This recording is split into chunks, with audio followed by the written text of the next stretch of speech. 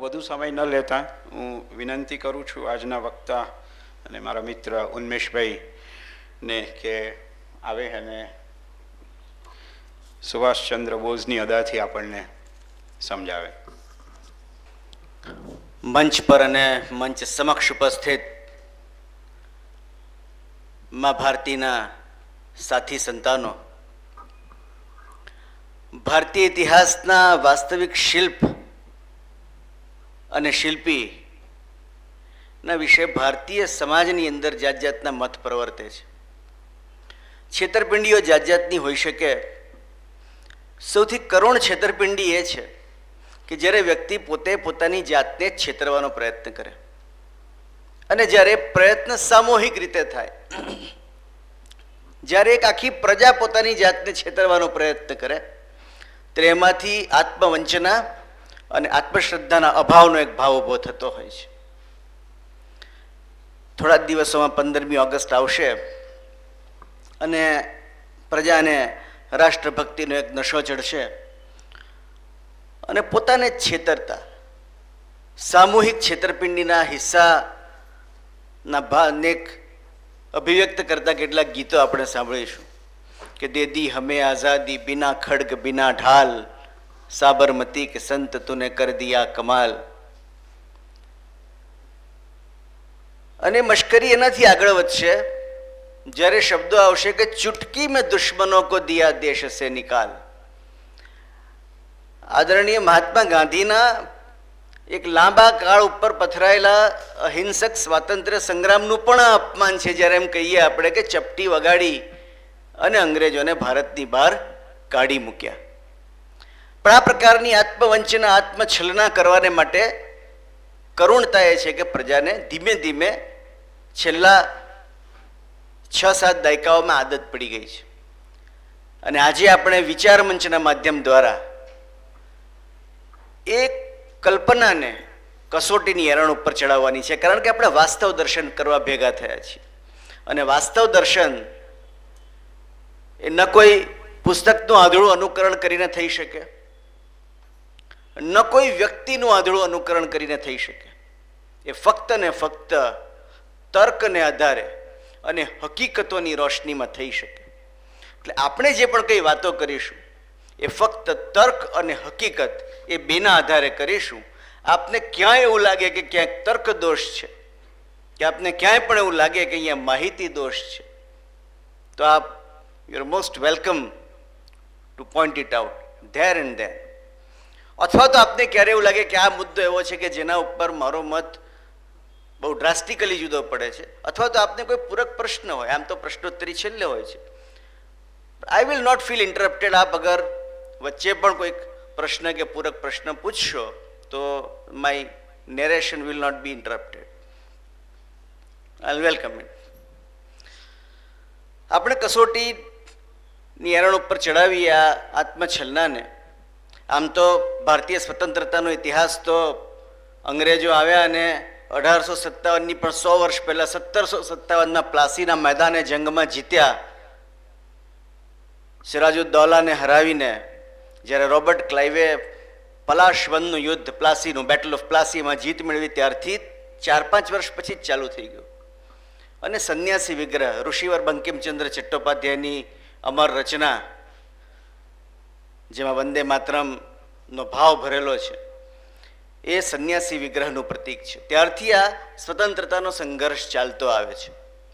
એમાં ભાગ લેનારા સંન્યાસીઓને તોપોના મોઢે બાંધીને ઉડાવાયા છે અને સંન્યાસીઓ તો મરી મીટ્યા, પણ એમના મોઢેથી ઉચ્ચારાયેલો એ અમર મંત્ર ન મર્યો અને આજે પણ પ્રજાને પ્રેરતો એ વંદે માતરમ સ્વરૂપે આપણી પાસે ઉપસ્થિત છે.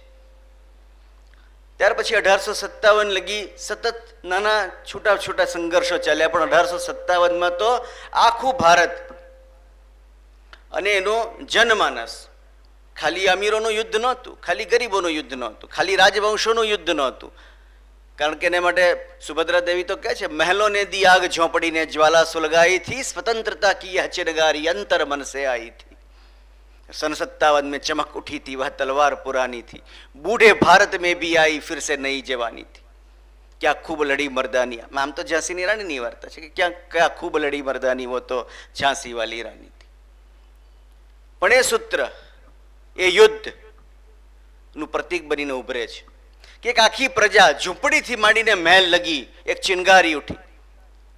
આપણી પાસે વૈજ્ઞાનિક સાધનો નહોતા, એક પ્રજા તરીકે આપણે તંદ્રામાં હતા, આપણે ટેલિગ્રાફ એટલે શું સમજી શક્યા નહીં, શસ્ત્રોનો આધુનિક ઉપયોગ કરવાની કલામાં અંગ્રેજોથી આપણે પાછા પડ્યા અને ડિવાઇડ એન્ડ રૂલના ભાગરૂપે સિંધિયા અને કેટલાય રાજા મહારાજાઓએ અને કેટલી આખી આખી પ્રજાઓએ અંગ્રેજોનો સાથ કર્યો અને પરિણામે આપણે 1857નું યુદ્ધ હાર્યા.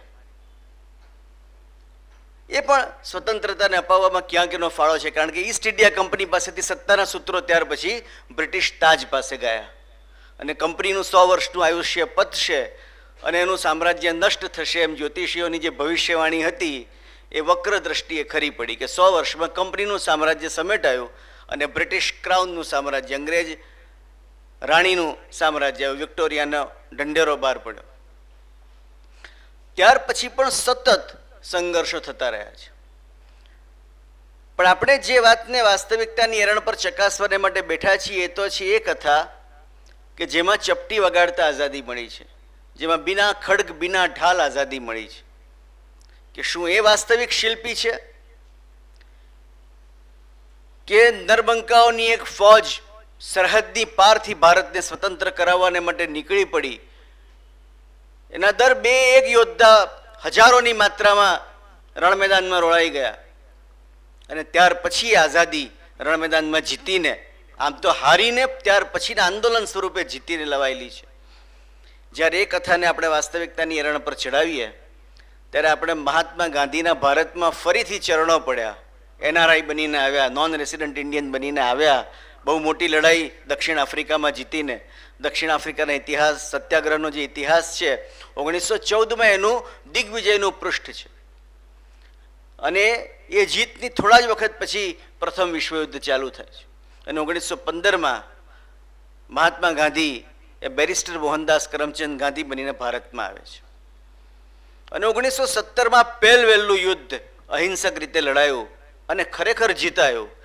એ નાનકડું જ્યોગ્રાફિક ચંપારણના લોકેશનમાં લડાયેલું યુદ્ધ છે. ચંપારણની અંદર ગળીના ખેડૂતો ઉપર જે અત્યાચાર થતો હતો અને ધાનની જગ્યાએ ગળી ઉગાડવાની એમને જે ફરજ પાડવામાં આવતી હતી એની સામે કોંગ્રેસના એક સેશનમાં ગયેલા કાર્યકર્તાઓએ વિનંતી કરી અને માટે એકબીજાની સાથે દલીલો કરતા મુંબઈ અને કલકત્તા અને દિલ્હીના વકીલોની એક સંસ્થા મટીને સંસ્થા કોંગ્રેસ પહેલીવાર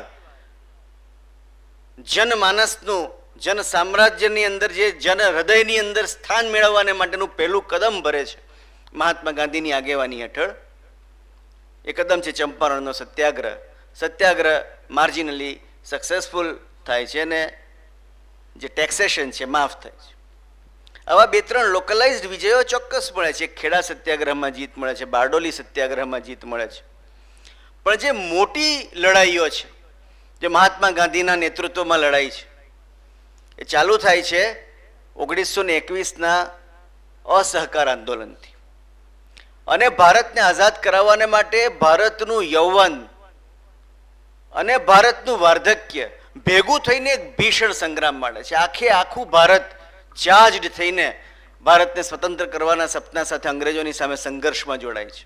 લગભગ સર્વવ્યાપી હડતાલ, સર્વવ્યાપી અસહકાર ભારતમાં ઊભો થાય છે.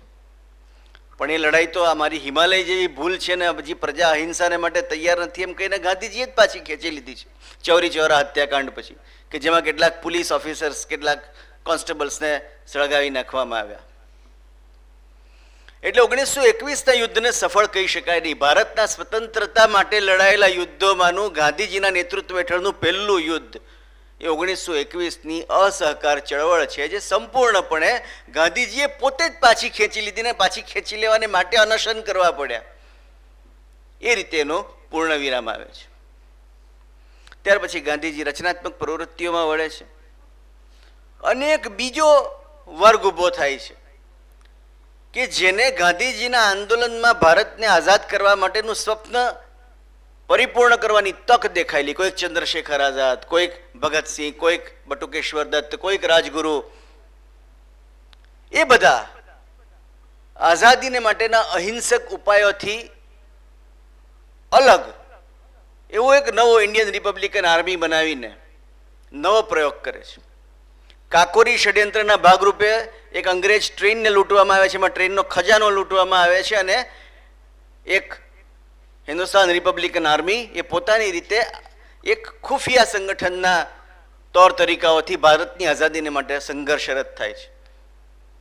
અને એનો અંજામ છેવટે પાર્લામેન્ટમાં, ધારાસભામાં બોમ્બ નાખવાથી કે સેન્ડર્સના હત્યા કરવાથી અને છેવટે ભગતસિંહની ફાંસીથી, ભગતસિંહ, રાજગુરુને, બટુકેશ્વર દત્તને બધાને જ ખતમ કરી નાખવામાં આવ્યા. છેલ્લે ચંદ્રશેખર આઝાદ આલ્ફ્રેડ પાર્ક, જેને આજે આપણે આઝાદ પાર્ક કહીએ છીએ, એમાં ગોળી છેલ્લી પોતાને માટે બચાવી રાખીને અંગ્રેજોની સેનાથી ઘેરાઈને, પોલીસ ફોર્સથી ઘેરાઈને પોતે જ્યારે પોતાના જીવનનો અંત લાવે છે, તેની સાથે એ આખી કથા પૂરી થાય છે.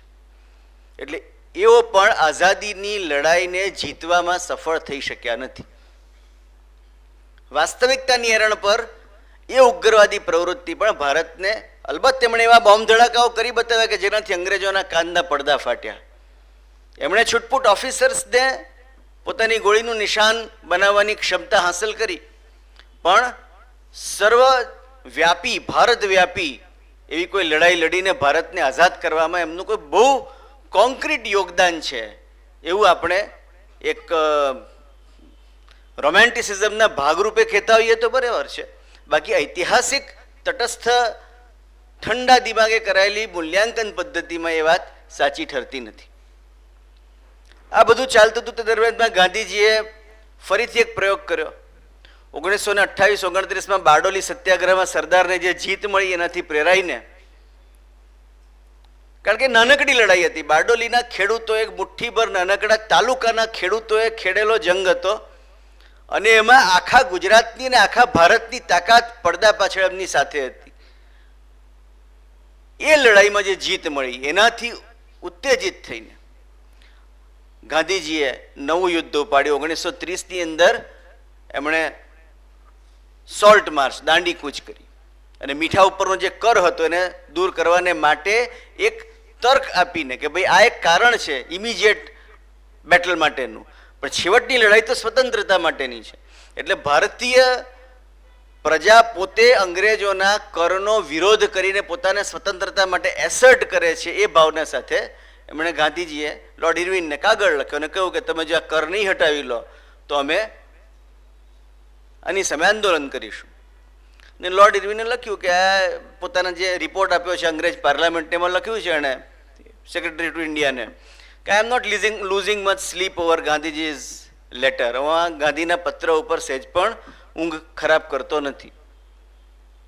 પણ ગાંધીજી ચાલી નીકળ્યા, અને જે નાનકડું ટોળું સાબરમતી આશ્રમમાંથી બહાર નીકળ્યું એ ધીમે ધીમે જનમેદનીમાં પરિવર્તિત થયું. ઠેક ઠેકાણે સભાઓ ભરાય, અને છેવટે એક વિશાળ જનમેદનીને ન સિર્ફ અરબ સાગરના દાંડી ખાતે મીઠાના સત્યાગ્રહ દ્વારા મીઠાના કાયદાનો ભંગ કર્યો, પણ ભારતના ખૂણે ખૂણે, દરિયા કિનારે, નદી કિનારે, જ્યાં જ્યાં પણ શક્યતા હતી ત્યાં ત્યાં મીઠું પકવવાને માટેના પ્રયત્નો કોંગ્રેસની જે આખી રણનીતિ તેના ભાગ સ્વરૂપે કરવામાં આવ્યા. તે જમાનાની સંસ્થા કોંગ્રેસની વાત છે. અને અંગ્રેજ સત્તાને ચુનૌતી આપવામાં આવી, પણ વાઇસરોય હાલ્યા નહીં. અસહકાર કે અહિંસક લડાઈનું સૌથી મોટું જો જોખમ હોય તો એ છે કે if the enemy does not react you are helpless. જો શત્રુ તમને પ્રતિકારમાં ન આવે તો આ લડાઈનો કોઈ મતલબ જ રહેતો નથી. એટલે ક્યાંય પોલીસે કોઈ એક્શન લીધી નહીં, અને પરિણામે ગાંધીજી મૂંઝાયા. એટલે એમણે એક સ્ટેપ આગળનું કર્યું, વન સ્ટેપ ફર્ધર, અને એમણે જાહેરાત કરી કે અમે તો મીઠું પકવીશું જ, પણ સરકારે જ્યાં જ્યાં ગોડાઉનોમાં મીઠું રાખ્યું છે ત્યાં ત્યાં જઈને અમે મીઠું લૂંટી લઈશું.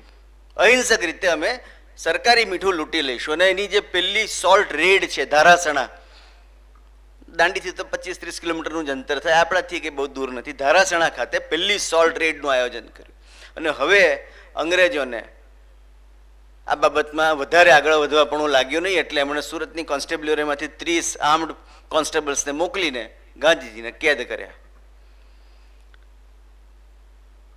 લાઠીઓ વરસી, લોકો ઘાયલ થયા.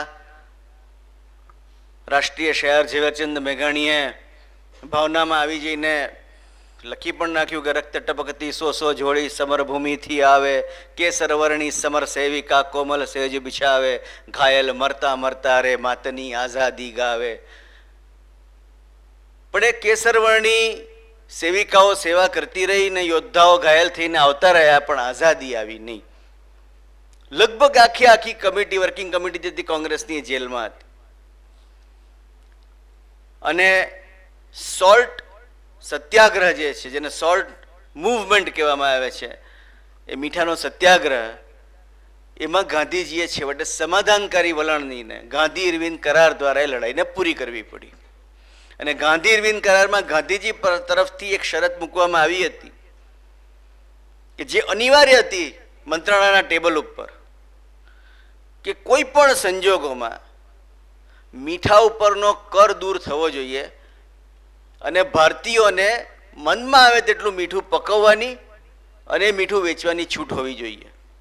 અંગ્રેજોએ ખાલી એટલું જ સમાધાનકારી વલણ દર્શાવ્યું કે દરિયા કિનારે રહેતા ભારતીયોને પોતે દરિયામાંથી મીઠું પકવીને ઘરે ખાવાની છૂટ છે, એમાં કોઈ ટેક્સ એમણે ભરવાનો આવે નહીં. બાકી તો એ કાયદો, અને આજે પણ તમને જાણીને નવાઈ લાગશે કે આજે પણ એ ગેરકાયદેસર છે. આજે પણ તમે આયોડિન યુક્ત મીઠું જ ખાઈ શકો છો. તમે રસ્તા ઉપર કોઈ મીઠું વેચી પણ નથી શકતો. 72 વર્ષે સબરસ કરીને મીઠું વેચવા માટે જે નીકળે છે એ ચુસ્ત. અહીંયા તો વકીલો અને સેનેટરો બેઠા છે, આચાર્યો બેઠા છે, એટલે બહુ ભાનપૂર્વક કહું છું કે કાયદાકીય રીતે ગુનો છે. આજે પણ જે અંગ્રેજોના સમયમાં કાયદાકીય રીતે ગુનો હતો તે જ આજે પણ કાયદાકીય રીતે ગુનો છે. એટલે એ બાબતમાં પણ ગાંધીજીએ કોઈ બહુ મોટી જીત મેળવી એવું થયું નથી. પોતાના ઉપયોગ માટે દરિયા કિનારેના લોકો મીઠું, અને આમ પણ એ મીઠાની લડાઈ તો સિમ્બોલિક હતી. ભારતની સ્વતંત્રતા તો યોજનો દૂર રહી ગઈ, અને ત્યાર પછી તો રાઉન્ડ ટેબલ કોન્ફરન્સીસ થાય છે. ભારતને કમ્યુનલ લાઇન્સ પર ડિવાઈડ કરવાનો આખો એક કારસો રચાય છે. અને 1906માં જે મુસ્લિમ લીગ સ્થપાયેલી તેના ખરા રંગો હવે બહાર આવે છે. અને મોહમ્મદ અલી જીના કોંગ્રેસનો સાથ છોડીને મુસ્લિમ લીગની સાથે જોડાય છે. 1885માં એલન ઓક્ટેવિયન હ્યુમે સ્થાપેલી અંગ્રેજોની આગળ હાથ ફેલાવીને લાચારીથી માગણીઓ મુકતી કોંગ્રેસ સંસ્થા, કે જે પહેલા 1907માં એની અંદર સુરત કોંગ્રેસમાં તૂટ પડી, જ્યારે લાલબાલને પાલ, જહાલ લાલ બહાદુર, કરેક્શન, બાલ ગંગાધર તિલક, લાલા લાજપત રાય અને બિપિનચંદ્ર પાલ, આ ત્રણની ત્રિપુટીએ કોંગ્રેસ સાથે છેડો ફાડ્યો. ત્યાર પછી 1939માં 38-39માં સુભાષચંદ્ર બોઝની સાથે મતભેદ થયો, અને સુરત કોંગ્રેસમાં, હરિપુરા કોંગ્રેસમાં જેમને પ્રમુખ ઘોષિત કરવામાં આવ્યા હતા, અને જે પ્રમુખ તરીકે ત્યાર પછી પણ ચૂંટાયા ગાંધીજીના વિરોધ છતાં, એ ગાંધીજીના વિરોધ છતાં પત્રાભી સીતારામૈયાને હરાવીને ચૂંટાયેલા પ્રમુખને આખી કોંગ્રેસ વર્કિંગ કમિટીએ રાજીનામું આપીને લાચાર કરી દીધા, કામ ન કરી શકે એ રીતે. અને માટે રાજીનામું આપીને છૂટા થયેલા સુભાષ લગી, જે સંસ્થા કોંગ્રેસની ગતિનો પથ હતો, એમાં વચ્ચેના તબક્કે રાઉન્ડ ટેબલ કોન્ફરન્સીસમાં એક નવું કાર્ડ ઉમેરાયું, અને એ હતું ધાર્મિક કાર્ડ. એ ભૂલ ગાંધીજી પહેલાંય કરી ચૂક્યા હતા. 1921માં જ્યારે એમણે ખલીફાને દૂર કર્યો અંગ્રેજોએ, તેની સામે ભારતના મુસ્લિમોની સાથે મળીને ખિલાફત આંદોલન કોંગ્રેસ કરશે એવી જાહેરાત કરી હતી, અને જેનો અંજામ ભીષણ હિન્દુ મુસ્લિમ રક્તપાતમાં આવ્યો હતો. એ ભૂલ એવો આગળ પણ કરી ચૂક્યા હતા, અને હવે ફરીથી એ જ ભૂલ સંસ્થા કોંગ્રેસ કરવા જઈ રહી હતી. અને અંગ્રેજો વ્યવસ્થિતપણે ડિવાઇડ એન્ડ રૂલની પોલિસી હેઠળ ભારતને તોડવાના ષડયંત્રોમાં આગળ વધી રહ્યા હતા. એટલે સ્વતંત્રતા તો દૂર હતી, પણ એ સ્વતંત્રતાને જીર્ણ શીર્ણ કરી નાખવાના, તોડી ફોડી નાખવાના પ્રયત્નો એની પહેલેથી ચાલુ કરી દેવામાં આવ્યા હતા. ગાંધીજીની છેવટની લડાઈ 1942ની કરો યા મરો પ્રકારની ક્વિટ ઇન્ડિયા મૂવમેન્ટ હતી. બહુ અદ્ભુત પત્ર છે દ્વિતીય સરસંઘ ચાલકજી, જેને આપણે આદરણીય ગુરુજી તરીકે ઓળખીએ છીએ, એમનો, કારણ કે તે દરમિયાનમાં સંઘના સ્થાપક સરસંઘચાલકજીનું દેહાવસાન થઈ ચૂક્યું હતું અને હવે ડૉક્ટર હેડગેવારજીની જગ્યાએ એમના પછીના સરસંઘચાલકજી કાર્યરત હતા. એમણે ગાંધીજીને પત્ર દ્વારા પૂછાવ્યું હતું કે આ કરો યા મરો જે છે 1942માં જાહેર થઈ ઓગસ્ટ ક્રાંતિ તરીકે ઓળખાય છે, એ જે લડાઈ છે એમાં કરોનો અર્થ સ્પષ્ટ થતો નથી, મરોનો અર્થ તો સ્વયં સ્પષ્ટ છે કે કરો યા મરોમાં મરો એટલે તો શું છે એ ખબર પડે છે, પણ કરો એટલે વોટ ઇઝ ધ પ્રોગ્રામ, કરવાનું શું છે એ ક્યાંય સ્પષ્ટ થતું નથી. એક્શન પાર્ટ ક્યાંય સ્પષ્ટ થતો નથી. અને આજે પણ એ રહસ્ય જ છે કે અગસ્ત ક્રાંતિની 1942ની કરો યા મરો ચળવળમાં ખરેખર કરવાનું શું હતું. અહિંસક યુદ્ધમાં વાસ્તવમાં શું કરવાનું હોય છે આઝાદી મેળવવાને માટે? વરસતી ગોળીઓની સામે કઈ રીતે એક સેના કે જેની પાસે કોઈ પ્રકારના હથિયારો નથી એ આઝાદી જીતી શકે, એ કોઈ દાડો સ્પષ્ટ થતું. મોરલ જીત મેળવી શકાય. મોરલ જીત તો ધારાસણાના મેદાનમાં એના કરતા એક દાયકા પહેલા મળી ચૂકી હતી.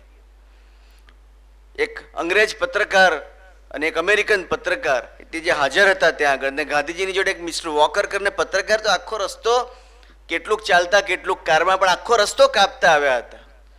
અને એમણે મોકલેલો એ વિશ્વ પ્રસિદ્ધ ટેલિગ્રામ છે. એક પછી એક જ્યારે ધારાસણાના મેદાનમાં લાઠીઓથી કોઈનું માથું ફાટ્યું હોય ને કોઈના ખભા તૂટી ગયા હોય ને કોઈની પીઠ તોડી નાખવામાં આવી હોય એવા યોદ્ધાઓ પડતા જતા હતા. અને એક પછી એક લોકો જ્યારે અહિંસક રીતે આગળ વધતા જતા હતા એની પાછલી હરોળમાંથી, ત્યારે એમણે ટેલિગ્રામ મોકલ્યો કે whatever moral ascendancy the British empire had in India is lost in the battle field of Dharasana. It is not decided when India will be free, but Indians are mentally free. બહુ ઇતિહાસ પ્રસિદ્ધ Telegram છે કે જે કંઈ અંગ્રેજોની moral એસેન્ડન્સી હતી, એમની નૈતિકતાનો જે દેખાવ હતો, એમનો જે દેખાડો હતો, એ ધારાસણાના મેદાનમાં જ્યાં અહિંસક એક પછી એક સ્વતંત્રતા સંગ્રામના સેનાનીઓ આગળ વધતા જતા હતા અને એમની લાઠીઓ વરસતી જતી હતી ને વગર ડરે આગળ પડેલા ઘાયલોને ખસેડીને નવી એક હરોળ આગળ આવતી જતી હતી, એને કારણે જે કંઈ નૈતિક બળ હતું અંગ્રેજોને ખલાસ થઈ ચૂક્યું હતું. મોરલ એસેન્ડન્સી વોઝ ફિનિશ્ડ અને ભારત માનસિક રીતે સ્વતંત્ર હતું.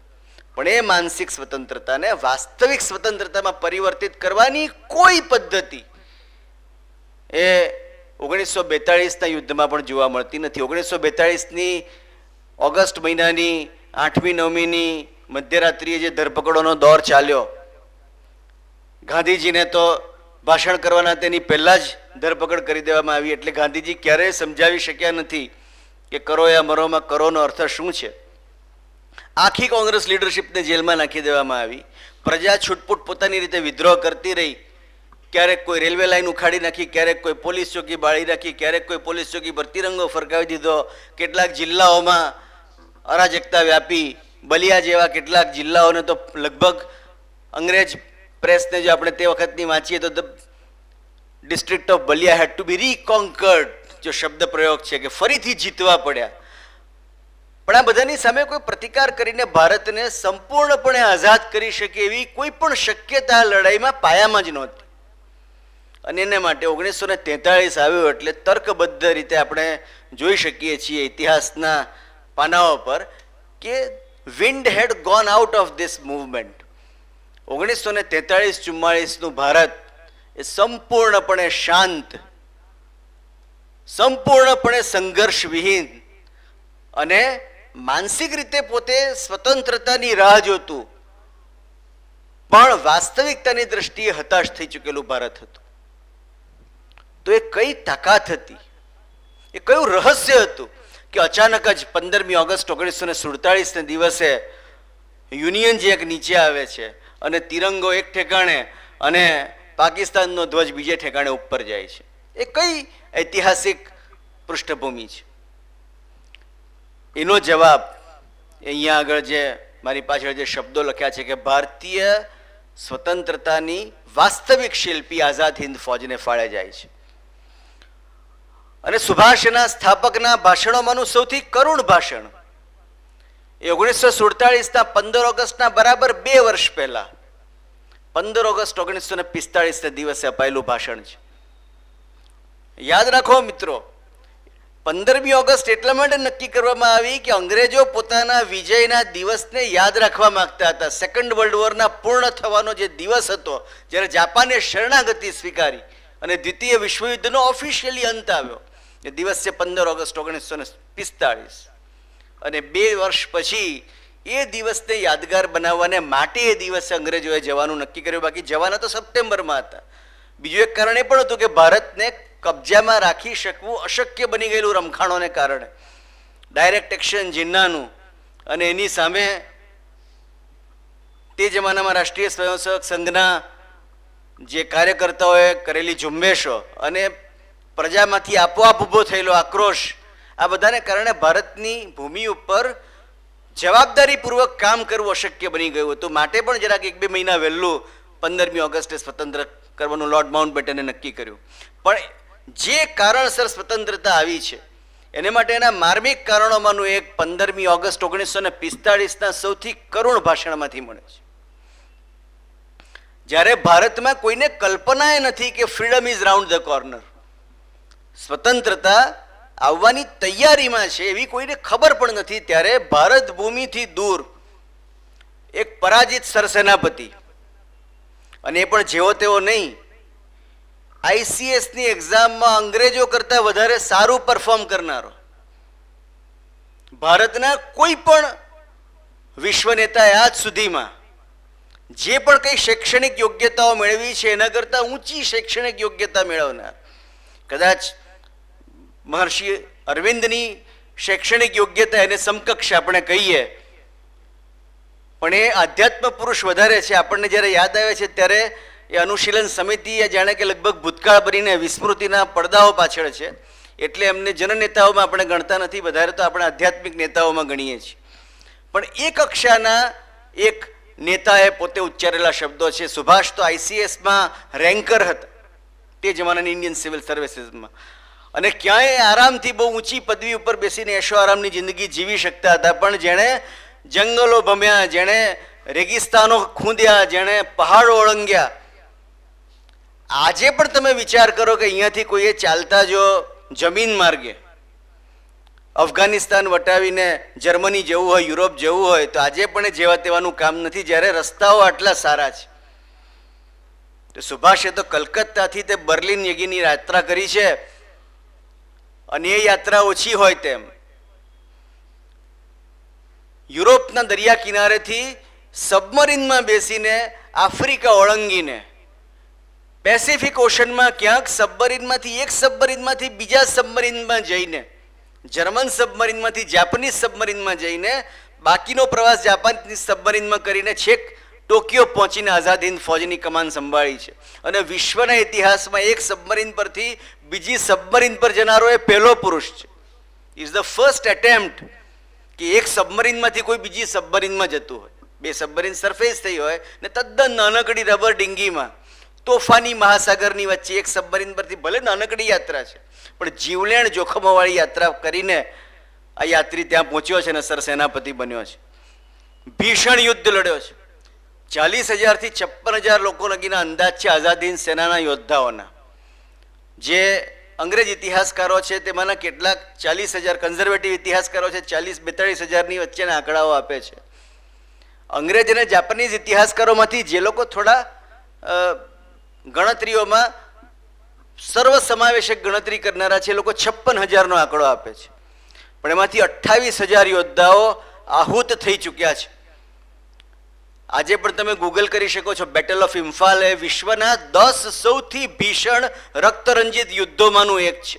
માનવ ઇતિહાસના સૌથી ભીષણ રક્તરંજિત યુદ્ધોમાં ટોપ 10 યુદ્ધોમાંનું એક બેટલ ઓફ ઇમ્ફાલ, જેમાં બંને પક્ષે ભારતીય યોદ્ધાઓ લડે છે. આ સૌથી મોટી કરુણાંતિકા છે ભારતની.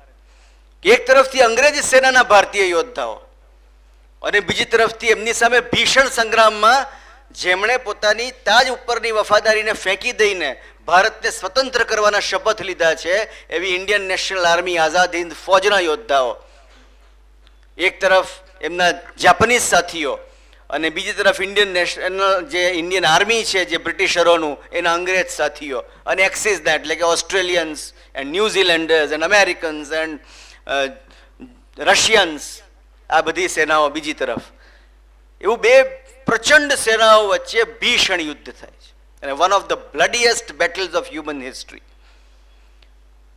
અને જો તમે કન્ઝર્વેટિવ સિવાયનો અંદાજ લો તો 28,000 યોદ્ધાઓ 56,000માંથી, અને જો કન્ઝર્વેટિવ એપ્રોચ લો તો 40,000માંથી 28,000 યોદ્ધાઓ મૃત્યુ પામે છે. અને 15 ઓગસ્ટ 1945 દિવસે એક પછી એક 2 અણુબોમ્બથી ત્રસ્ત અને ધ્વસ્ત જાપાન શરણાગતિ સ્વીકારે છે. હિરોશીમા અને નાગાસાકી ઉપર એક નવું શસ્ત્ર વિજ્ઞાને શોધ્યું છે, એટમિક વેપન. એક બોમ્બ ફૂટે ને આખું નગર સાફ થઈ જાય, હતું ન હતું થઈ જાય એવું પ્રચંડ હથિયાર. એની સામે જાપાનીઝ સૈન્ય શક્તિ ઘૂંટણીએ પડે છે. અને અમેરિકા, ઇંગ્લેન્ડ અને રશિયા એ વિશ્વયુદ્ધ જીતે છે.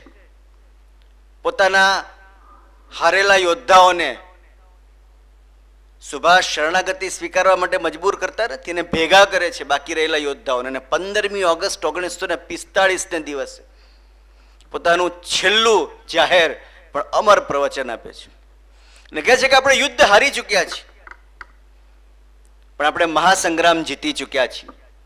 અને એનો અમર શબ્દો છે, freedom is round the corner. સંપૂર્ણપણે પરાજિત યોદ્ધો, સંપૂર્ણપણે પરાજિત સરસેનાપતિ, સંપૂર્ણ પરાજયના શરણાગતિના દિવસે પોતાની ફોજને ડિસબેન્ડ કરતી વખતે કે આપણે હવે આ લડાઈને આગળ વધારી શકીએ એમ નથી, હવે તમે તમને યોગ્ય લાગે રસ્તે ઘરે જાઓ. કોઈ ગુજરાતનો, કોઈ કાશ્મીરનો, કોઈ પંજાબનો, કોઈ મદ્રાસનો, કોઈ બંગાળનો, કોઈ ઓરિસ્સાનો યોદ્ધો કે જે ભારતને આઝાદ કરાવવાને માટે ભારતની સરહદની પેલી પારથી ભારત પર આક્રમણ લાવ્યો અને હાર્યો, જેણે પોતાના સાથીઓ ગુમાવ્યા, બચેલા યોદ્ધાઓને ભેગા કરીને કહે છે કે now we cannot carry forward this war. આપણે એને આગળ નહીં લઈ જઈ શકીએ આ યુદ્ધને. આપણા સાથીઓએ શરણાગતિ સ્વીકારી લીધી છે, આપણી પાસે હથિયારો નથી. એ યોદ્ધાઓએ છેલ્લા થોડા દિવસ તો ઘાસ બાફીને ખાવાનો પ્રયત્ન કર્યો છે. આપણી પાસે અન્ન નથી, આપણી પાસે પોશાકો નથી, આપણી પાસે પૈસા નથી, આપણી પાસે પગારો કરવાની ક્ષમતા નથી, દારૂગોળો નથી, હથિયારો નથી. We are disbanded. તમે તમારે ઘરે જાઓ અને ઘરે જઈને ભારતીય પ્રજાને આપણે ખેલેલા યુદ્ધની હકીકત કહેજો અને કહેજો કે આપણે સ્વતંત્ર થઈએ એને માટે મારા સાથીઓએ ભારતના એક છેવાડે એક રણ મેદાનની અંદર પોતાના શરીરનું, પોતાના જીવનનું બલિદાન આપ્યું છે. અને યોદ્ધાઓ અલગ અલગ, કોઈ કેદ પકડાઈને, તો કોઈ ભાગીને, તો કોઈ લપાતા છુપાતા સંતાઈને અંદર આવીને ભારતની ભૂમિમાં પાછા આવે છે. અગણિત યોદ્ધાઓમાંથી મુઠ્ઠીભર યોદ્ધાઓ ભારતની ભૂમિ પર પાછા પહોંચે છે. અને એમાંના 3 મોટા યોદ્ધાઓને ટોકન સ્વરૂપે પકડીને, વિજેતા છે ને હવે તો અંગ્રેજો, એટલે ટોકન સ્વરૂપે 3 યોદ્ધાઓને પકડીને કર્નલ શાહનવાઝ, કર્નલ ઢિલ્લોન અને કર્નલ સૈગલ, આ 3 યોદ્ધાઓને લાલ કિલ્લામાં કેદ કરવામાં આવે છે. કારણ કે સ્લોગન હતું સુભાષનું, તો માર્ચિંગ સોંગ હતું कि चलो दिल्ली पुकार के लाल किले पे गाड़ के लहराए जा कदम कदम बढ़ाए जा खुशी के गीत गाए जा. પરચમ ઉઠાવીને ક્યાં જવાનું હતું? તો કે પરચમ ઉઠાવીને, તિરંગો ઝંડો ઉઠાવીને લાલ કિલ્લા પર એને ગાડવાનો હતો ને યુનિયન જેકને ત્યાંથી ઉતારવાનો હતો. એ તો એ માર્ચિંગ સ્લોગન હતું એ સેનાનું. એટલે સંપૂર્ણ અપમાન કરવા માટે, સંપૂર્ણપણે પરાજિતતાનો સ્વાદ ચખાડવાને માટે અંગ્રેજો એ હારેલા ફોજના જેટલા પણ સરસેનાપતિઓ મળ્યા એમાંના 3 મોટા ઓફિસર્સને ફાંસીની સજા કરવાને માટે લાલ કિલ્લામાં કેદ કરે છે.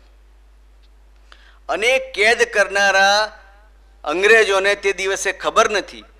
સૌથી વધારે એ બાબતમાં ચેતવવાનું કામ એક વાઇસરોય કક્ષાનો વ્યક્તિ લોર્ડ વેવેલ પોતે કરે છે કે આપણે આપઘાત કરવા જઈ રહ્યા છીએ, આપણે જીતી ચૂક્યા છીએ, આપણને ખબર હોવી જોઈએ કે આપણે ક્યાં વાતને પૂરી કરવી. પણ વિજેતાનો અહંકાર છે એ ક્યાં અટકવું એ સમજવા તૈયાર નથી.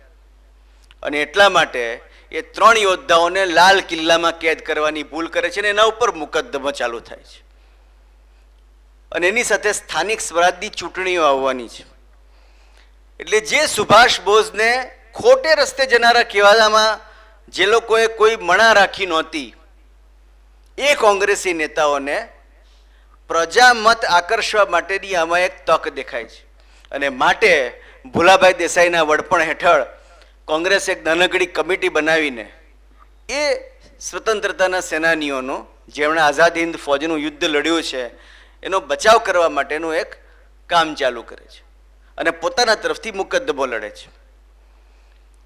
ભારતને ખબર પડે છે, ભારતની પ્રજાને ખબર પડે છે જ્યારે 1946ની અંદર કે આ યોદ્ધાઓએ, ભારતીય સેનાના યોદ્ધાઓએ ભારતને આઝાદ કરાવવાને માટે પોતાના માલિકોની સામે યુદ્ધ કર્યું છે, ત્યારે આખું રાષ્ટ્ર નવઝંકૃત થઈ જાય છે અને એમાં નવી ચેતનાનો સંચાર થાય છે. અને આ ભારતની એક બહુ મોટી લાક્ષણિકતા છે. એની રાખમાંથી એનો પુનર્જન્મ થતો રહ્યો છે. જ્યારે સોમનાથને પહેલી વાર સાવ નષ્ટ કરવામાં આવ્યું, જ્યારે ધજા ધૂળમાં રોળી દેવામાં આવી, જ્યારે ટુકડે ટુકડા કરીને પથ્થરો વેરી નાખવામાં આવ્યા, ગર્ભદ્વારની કોઈ વસ્તુ સલામત નહીં રહી, મંદિર ખંડેર બનાવી નાખવામાં આવ્યું, ત્યારે વિદેશીઓએ માની લીધું કે આ જગ્યા હવે ધ્વસ્ત થઈ ગઈ. પણ ઇતિહાસ એવું કહે છે કે ત્યાર પછી 16 વારે મંદિરને તોડવામાં આવ્યું. અને એનો જ અર્થ એ થાય કે એ મંદિર આજે પણ તમે જો સોમનાથના તટ ઉપર જાઓ તો આકાશમાં ઉડતી ભગવાન શિવની ધજા જોવા મળે છે. એટલે એનો અર્થ જ એ થાય કે 17 વારે મંદિરનું રાખમાંથી નવસર્જન થયું. ત્યાં કંઈક એવું હતું કે જે અજેય ને અમર ન જાયતે મ્રિયતે એવા કદાચિત, જે ઋગ્વેદકાલીન ઋષિનું દ્રષ્ટિનું વચન છે, એ ભારતની તાકાત હતી. અને પોતાને માટે યુદ્ધ કરનારા યોદ્ધાઓને માટે આખી પ્રજા જાગૃત થઈને ઊભી થઈ. અને પ્રજા તો જાગૃત થઈને ઊભી થાય, એનાથી વધીને શેરીઓમાં ટોળા વળે. પણ એના કરતાં વધારે ગંભીર ઘટના બની, જેણે અંગ્રેજોને ભારત છોડવાને માટે વાસ્તવિક રીતે મજબૂર કર્યા. અને જો તમને મારી વાતમાં વિશ્વાસ નહીં આવતો હોય તો I would like to quote the biggest authority possible, the biggest authority possible on this issue. અને એ છે 1947 દરમિયાન અંગ્રેજોના વડાપ્રધાન રહેલા સર ક્લેમેન્ટ એટલી. સર ક્લેમેન્ટ એટલી, જેમણે ઇંગ્લેન્ડની પાર્લામેન્ટમાં બિલ રજૂ કર્યું છે, ઇન્ડિપેન્ડન્સ ઓફ ઇન્ડિયા એક્ટ. એ સ્વતંત્રતાના 10 વર્ષ પછી 1958માં ભારત આવે છે. અને ભારતના એક સમારંભમાં કલકત્તામાં પત્રકાર અમને પ્રશ્ન પૂછે છે કે જે મહાત્મા ગાંધીની અહિંસક લડાઈ હતી, એનું તમને સ્વતંત્રતા આપવાને માટે વિવશ થવા પાછળ કેટલું કારણ છે? How much is the reason? એક શબ્દમાં એમણે જવાબ આપ્યો, મિનિમલ, ન્યૂનતમ. અમને કોઈ ફરક પડતો નહોતો.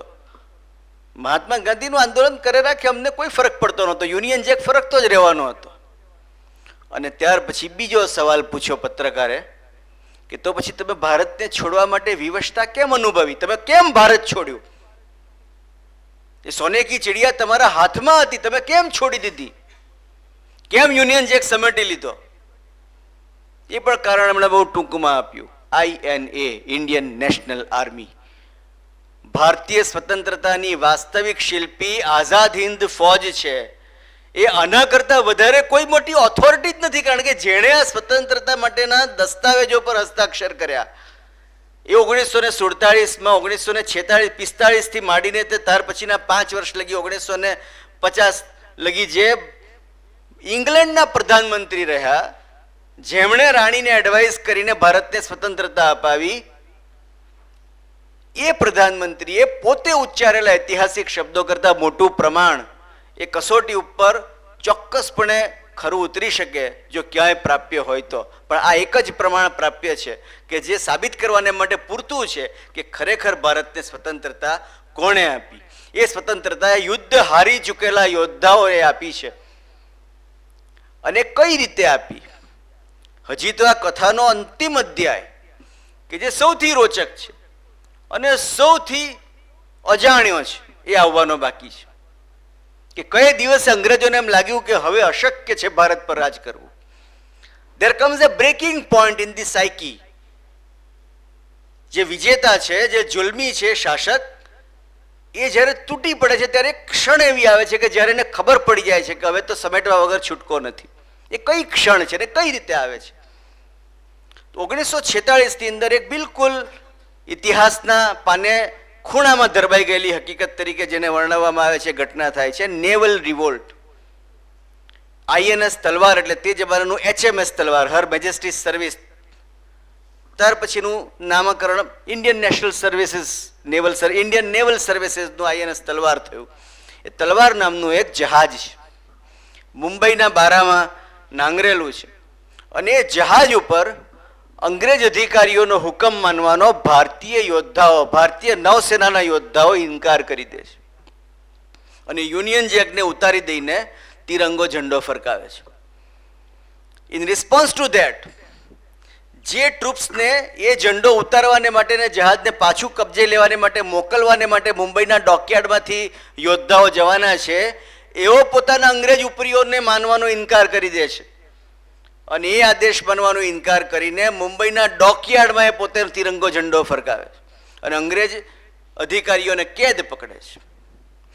આનું રેપ્લિકેશન કરાચીના બંદરગાહમાં થાય છે, કારણ કે Karachi was a part of undivided India. સિંધનું કરાચી બંદર અને બાય ધી વે આ બંને બંદરો ગુજરાતીઓએ ભયંકર મહેનતથી ઊભા કરેલા બંદરો છે. બોથ ધી મેટ્રોઝ, આ વિશ્વના પ્રખ્યાત 100 શહેરોની યાદીમાં આ 2 શહેરો કોઈ પણ યાદી બનાવવા બેસો તો આવે, મુંબઈ અને કરાચી. એ બંને બેઝિકલી ગુજરાતી એન્ટરપ્રિન્યોરશિપનું પ્રતીક છે. પણ એ મુંબઈ ઉપરાંત કરાચીના બંદરગાહમાં પણ આજ આગ પ્રસરે છે અને કરાચીના બંદરગાહમાં પણ વિદ્રોહનો ઝંડો ફરકે છે. આ બંને biggest ports on the western side of India. ભારતીય નૌકા શક્તિના, અંગ્રેજોની ભારતીય નૌકા શક્તિના પશ્ચિમ ભારતના સૌથી 2 મોટા કેન્દ્રો એ વિદ્રોહમાં ઊભા થઈ જાય છે. અને INS તલવાર તો કમ્યુનિકેશન શિપ છે. કમ્યુનિકેશન શિપ એટલે અલગ અલગ જહાજોની સાથે સંપર્ક ઊભો કરવા માટેનું જે શિપ છે એ કમ્યુનિકેશન શિપ છે. કમ્યુનિકેશન શિપ પરથી વિશ્વ આખાને સંદેશ પ્રસારિત થાય છે કે અમારા જહાજ પર તિરંગો ફરકે છે, બોમ્બે ડોકયાર્ડમાં તિરંગો ફરકે છે, કરાચીના ડોકયાર્ડમાં તિરંગો ફરકે છે અને નૌકા વિદ્રોહ ફાટી નીકળ્યો છે. The world press takes note of it. જબલપુરના કેન્ટોનમેન્ટની અંદર પ્રતિ આક્રમણની તૈયારી અંગ્રેજો માંડે છે. જબલપુરનું નજીકનું મધ્ય ભારત અને પશ્ચિમ ભારતની વચ્ચે આવેલું એક કેન્ટોનમેન્ટ છે મધ્યપ્રદેશની અંદર. ત્યાંથી, કારણ કે તરતનું જે નજીકનું કેન્ટોનમેન્ટ છે એના જે યોદ્ધાઓ છે એનું રિક્રુટિંગ ગ્રાઉન્ડ એ જ છે કે જે નેવલ ઓફિસર્સનું રિક્રુટિંગ ગ્રાઉન્ડ છે, એટલે અંગ્રેજોને ખાતરી થતી નથી.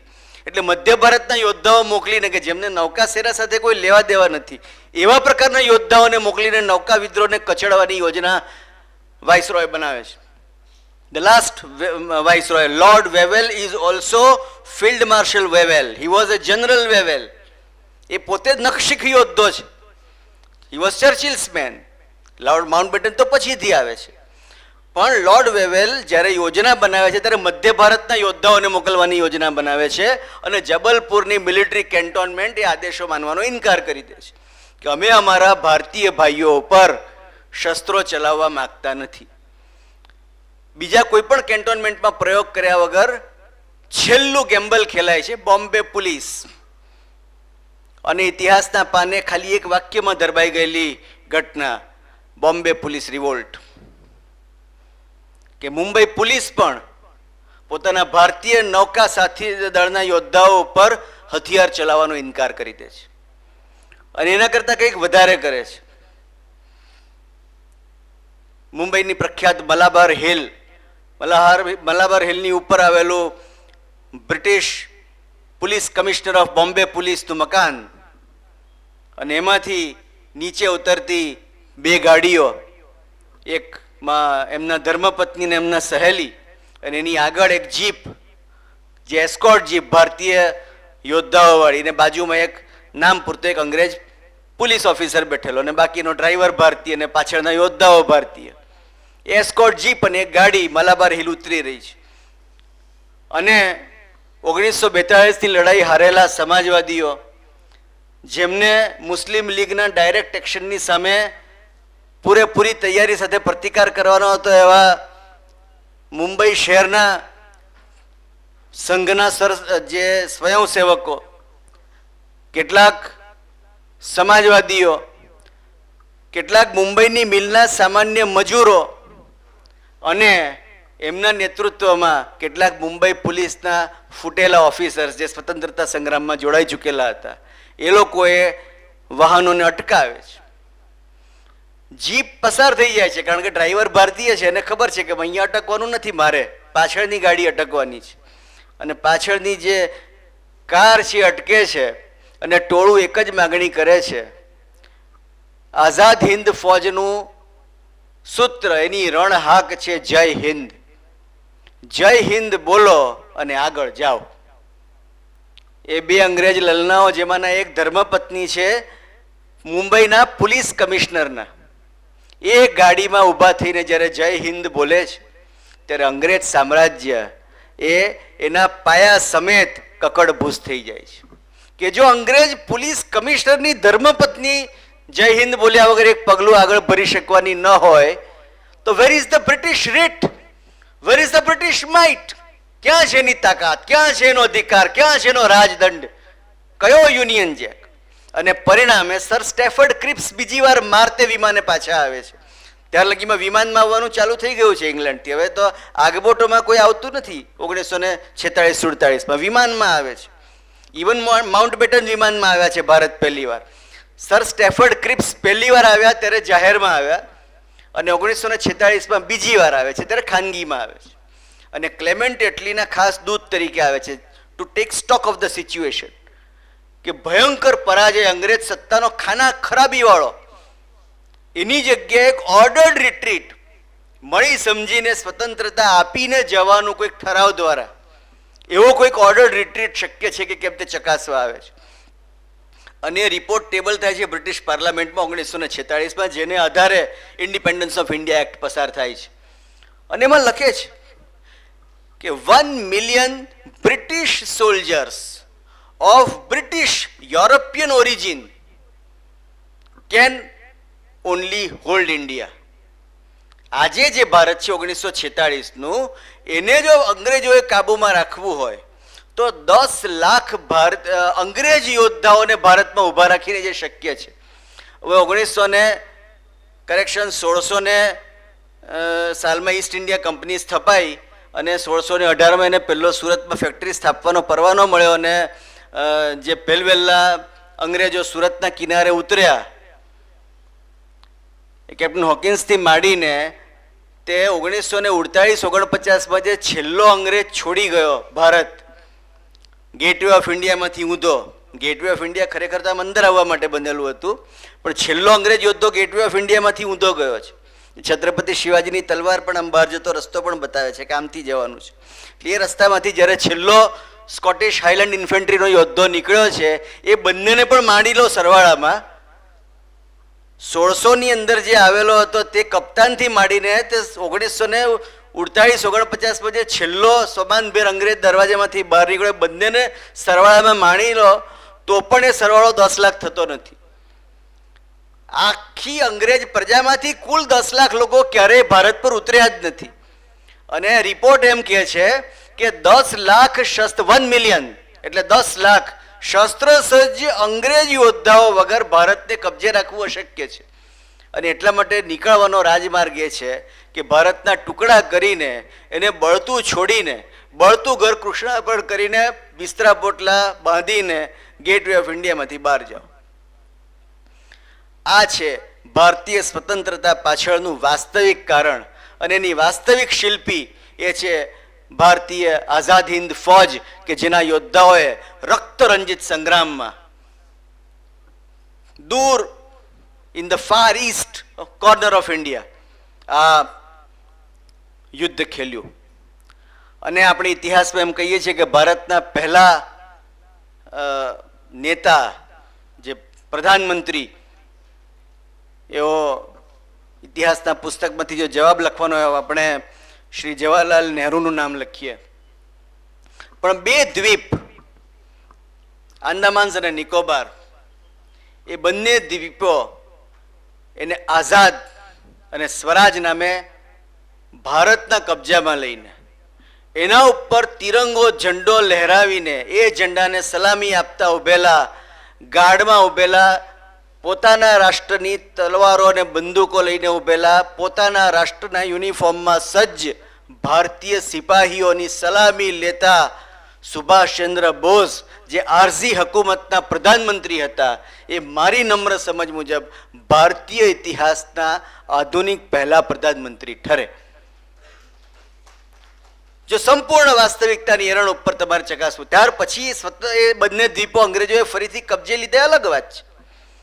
પણ ઇન 1944 જ્યારે એ ગાર્ડ ઓફ ઓનર યોજાયો ત્યારે ભારત રાષ્ટ્રનો પહેલો રાષ્ટ્રધ્વજ, પહેલું રાષ્ટ્રગાન સબ સુખ ચૈન કી બરખા બરસે ભારત ભાગ્ય હૈ જાગા, પંજાબ સિંધ ગુજરાત મરાઠા દ્રાવિડ ઉત્કલ બંગા, તેરે હી ગુણ ગાવે તુજસે જીવન પાવે તવ ચરણે નત માથા.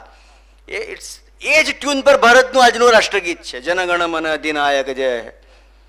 એક્ઝેક્ટ એ જ ટ્યુન, એ જ નોટ્સ, એ જ નોટેશન્સ, એ જ સિમ્ફની. મારી સમજ મુજબ એક ક્ષણ એ પરાજય, સંપૂર્ણ પરાજય પહેલાની અને સંપૂર્ણ વિજયની પણ પહેલાની એક એવી ગૌરવાન્વિત ક્ષણ હતી કે જ્યારે અંગ્રેજોની સામે ભારતનો લલકાર સૌથી વધારે મેચ્યોર્ડ બન્યો. મને એવું લાગે છે કે જે ટોપિક છે તે ખૂબ પ્રશ્નોત્તરી માટે કન્ડ્યુઝિવ ટોપિક છે, એટલે હું મારી વાતને અહીંયા આગળ પૂર્ણ વિરામ કરું.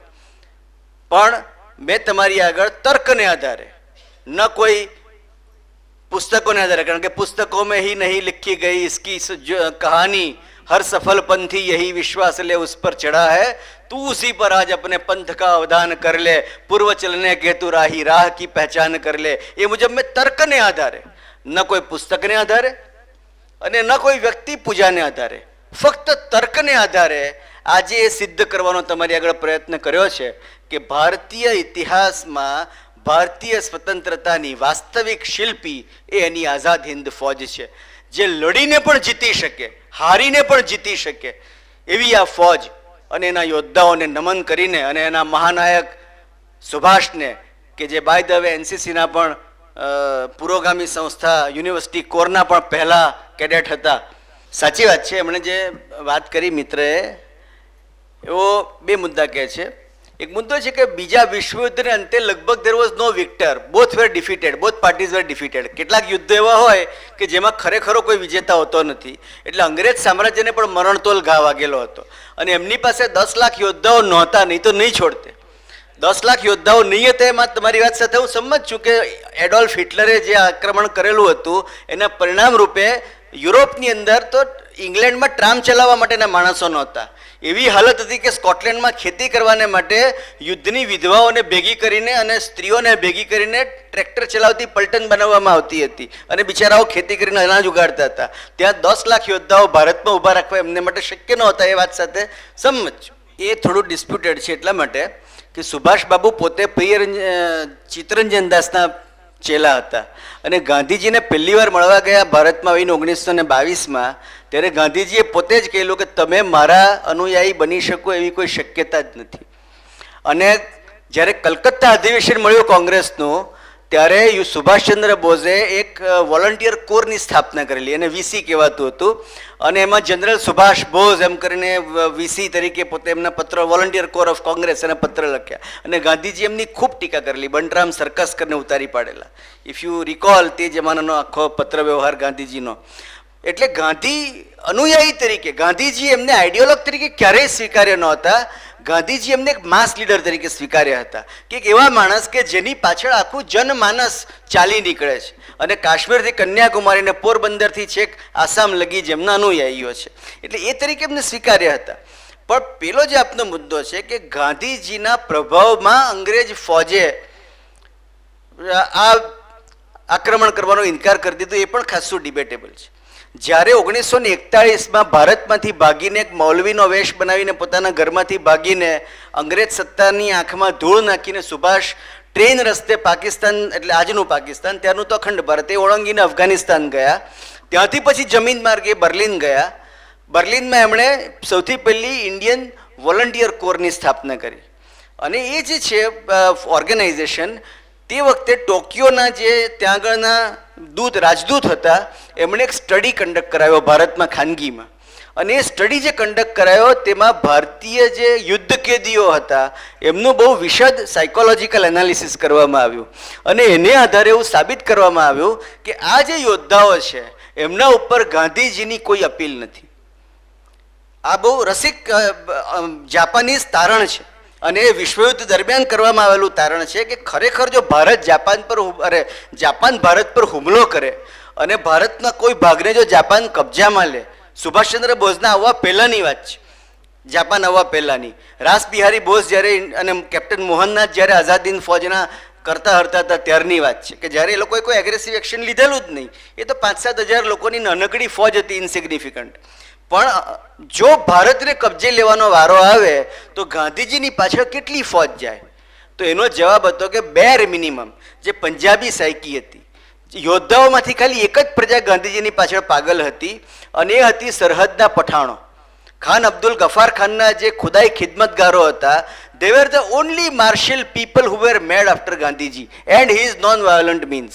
તે સિવાયની દરેક યોદ્ધા પ્રજાને અહિંસાના પ્રયોગમાં રત્તીભરની શ્રદ્ધા નહોતી, એવું એ સાયકોલોજીકલ એનાલિસિસ અને ડેટા ગેધરિંગની બહુ મોટી કવાયત કરીને જાપાનીઓએ શોધી કાઢેલું હતું. એટલે સુભાષ બોઝ જ્યારે ત્યાં પહોંચ્યા ત્યારે સુભાષ બોઝનું કેમ રેડ કાર્પેટ વેલકમ કરવામાં આવ્યું? કેપ્ટન મોહનનાથ સાથે એમને ફાવ્યું નહીં, અને એટલી હદે એમનું વેલકમ કરવામાં આવ્યું કે સુભાષ બોઝના આકસ્મિક અવસાન પછી અથવા તો એમના રહસ્યમય ગુમ થઈ ગયા પછી વર્ષો પછી જ્યારે વિશ્વયુદ્ધને માટેનો જેમ જર્મનોની ઉપર ન્યુરેમ્બર્ગનો કેસ ચાલ્યો, યુદ્ધના વોર ક્રિમિનલ્સ ઉપરનો, એવો જ્યારે જાપાનીઝ વોર ક્રિમિનલ્સનો કેસ ચાલ્યો, ત્યારે ફિલિપાઇન્સની અંદર જ્યારે કેસ ચાલતો હતો ત્યારે એકવાર ખાલી પ્રોસિડિંગ્સમાં ચંદ્રા બોઝ કરીને એક ઉલ્લેખ આવ્યો, અને એ રૂમમાં ટોપ લેવલના જાપાનીઝ સરસેનાપતિ ટોજોએ તો આત્મહત્યા કરેલી, પણ ત્યાર પછી લેફ્ટનન્ટ જનરલ રેન્કના માણસોથી માંડીને તે કેપ્ટન્સ ને મેજર્સ રેન્ક લગીના અધિકારીઓ મોજૂદ હતા. રેકોર્ડ સેઝ કે ચંદ્ર બોઝનું નામ આવ્યું એટલે એક જાપાની અધિકારી ઊભો થયો અને એણે સુભાષ બોઝને પોતાનું અલ્ટિમેટ રિસ્પેક્ટ આપ્યું. That Japan which had zero respect for Gandhiji, એ જાપાને સુભાષ બોઝને લાસ્ટ સામુરાઈ કહ્યા છે કે જાપાનીઝ યુદ્ધ પરંપરામાં પણ આ માણસ સામુરાઈ યોદ્ધા જેવો છે. અને એટલા માટે ભારતીય યોદ્ધાઓના મનમાં પણ સુભાષનું યોદ્ધા વ્યક્તિત્વ હતું, એને આદર હતો. આઝાદીની અહિંસક ચળવળને કોઈ આદર નહોતો. જે હોત તો 1919માં જ્યારે સર જલિયાનવાલા બાગમાં તે જમાનાનો બ્રિગેડિયર જનરલ હતા, બ્રિગેડિયર જનરલ ડાયર જ્યારે મેદાનમાં દાખલ થયા જલિયાનવાલા બાગમાં, ત્યારે એની પાસે બધું મળીને 60 યોદ્ધા હતા. એમાંના 30 હતા તે કિંગ્સ ઓન ગોરખા રેજિમેન્ટના હતા, અને 30 યોદ્ધાઓ પઠાણો હતા, સરહદના ઇલાકાના જે ફ્રન્ટિયર તે મને પીફર્સ કહેવાતા હતા, પંજાબ એન્ડ ફ્રન્ટિયર પ્રોવિન્સ ફોર્સના. એ 60 યોદ્ધાઓએ એનફિલ્ડ રાઇફલ્સમાંથી પોતાના ભાઈ ભાંડુઓને ગોળીથી ટીકીને નિશાનો લઈને મારી નાખ્યા ન હોત. જેટલી ગોળીઓ ચાલી અને જેટલા માણસો મર્યા એનો જો આપણે અંદાજ કાઢીએ તો દે શોટ ટુ કિલ. જો ખરેખર કોઈ અહિંસક ચળવળને કોઈ પણ પોઝિટિવ પ્રતિસાદ ફોજમાંથી કે પોલીસ ફોર્સમાંથી મળ્યો હોત તો જે રીતે ભગતસિંહના શરીરના કટકા કરીને ટોયલેટને માટેના ટબ્સમાં ભરીને એને ખાનગીમાં રાત્રે લઈ જવામાં આવ્યા, એવી રીતે પોલીસ ફોર્સમાંથી કોઈ લઈ જવા દેતે જ નહીં. Neither the extremists nor the Gandhians, they did not command the respect that Chandra Bose or Subhash Chandra Bose, Chandra Bose તો જાપાનીઝ ફોકલોરમાં હતું, પણ સુભાષ ચંદ્ર બોઝના નામનો જે ઉત્સાહ ભારતીય યોદ્ધાના મનમાં હતો એ ઉત્સાહ બીજો કોઈ નેતા તાર પછી પેદા કરી શક્યો નહીં, અને તાર પહેલાં પણ પેદા કરી શક્યો નહોતો. એટલે I would differ to you in only this analysis કે ગાંધીજીને કારણે એ નૌકા વિદ્રોહ થઈ શકે એમ નહોતો. એક બહુ રસિક એનાલિસિસ હસમુખ શાહ કરીને આપણે ગુજરાતી પત્રકાર હતા, સમકાલીન ચલાવતા હતા. એમણે બહુ રસિક એનાલિસિસ આજથી લગભગ 20 વર્ષ પહેલાં સમકાલીનમાં કર્યું હતું. બંધ થઈ ગયું હતું 20 વર્ષથી સમકાલીન, પણ બહુ રસિક અધ્યયન હતું. એમણે સત્તાના શિખરે પહોંચ્યા છે એંગ્લો સેક્સનો એમ કરીને એક લેખ લખેલો.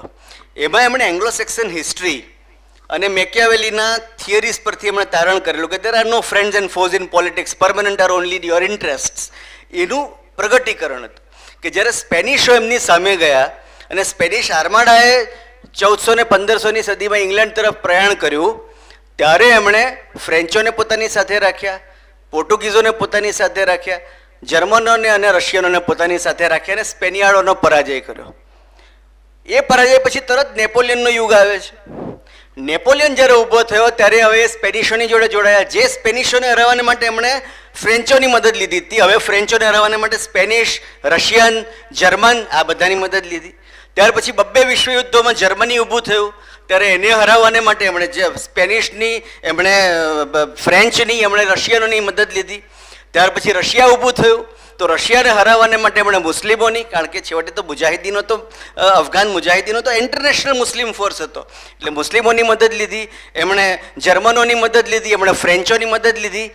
જેવું રશિયા પડી ભાગ્યું ને ઇસ્લામ ઊભો થયો ખતરાના નિશાનની ઉપર તાકાતવાન બનીને, એટલે એમણે એને હરાવવાને માટે રશિયનોની મદદ લેવા માંડી, એમણે જર્મનોની મદદ લેવા માંડી, એમણે ફ્રેન્ચોની મદદ લેવા માંડી. They have never fought alone and there is no permanent friend and foe for them. એક એવી પ્રજા આપણા ઉપર રાજ કરતી હતી કે જેણે પોતે પોતાના મિત્રોને, શત્રુઓને માણસ કપડાં બદલે તે રીતે બદલ્યા છે. અને સુરતના બહુ પ્રખ્યાત કવિએ કહ્યું છે, ગની દહીંવાળાએ, કે તમે રાજ રાણીના ચીર છો, અમે રંક નારની ચુંદડી, તમે અંગ પર ઘડી બે ઘડી, અમે સાથ દઈએ કફન સુધી. એવી રીતે જો આપણે લડવા નીકળીએ કે એક કપડાં પહેર્યા તે પહેર્યા, કફન લગી એ જ, અને સામે પેલી રાજરાણીના ચીર બદલાતા જ રહે, અને પછી આપણે ડિસન્સી ઓફ વોરની વાત કરીએ તો એ શક્ય જ નથી જીતવું. જીતવાને માટે છેવટે જોઈએ છે રણનીતિ, અને રણનીતિ જ જીતી શકે. There are no optimize in history, there are no ifs and buts in history. આ દુનિયામાં ખરું ને ખોટું હોતું નથી. હોવું જોઈએ એ વાત સાથે ભારતીય સભ્યતા કાયમ સંમત છે, પણ હોતું નથી એ વાસ્તવિકતાને પણ આપણે સ્વીકારેલી છે. War is not decided by who was right, but war is decided by who was left.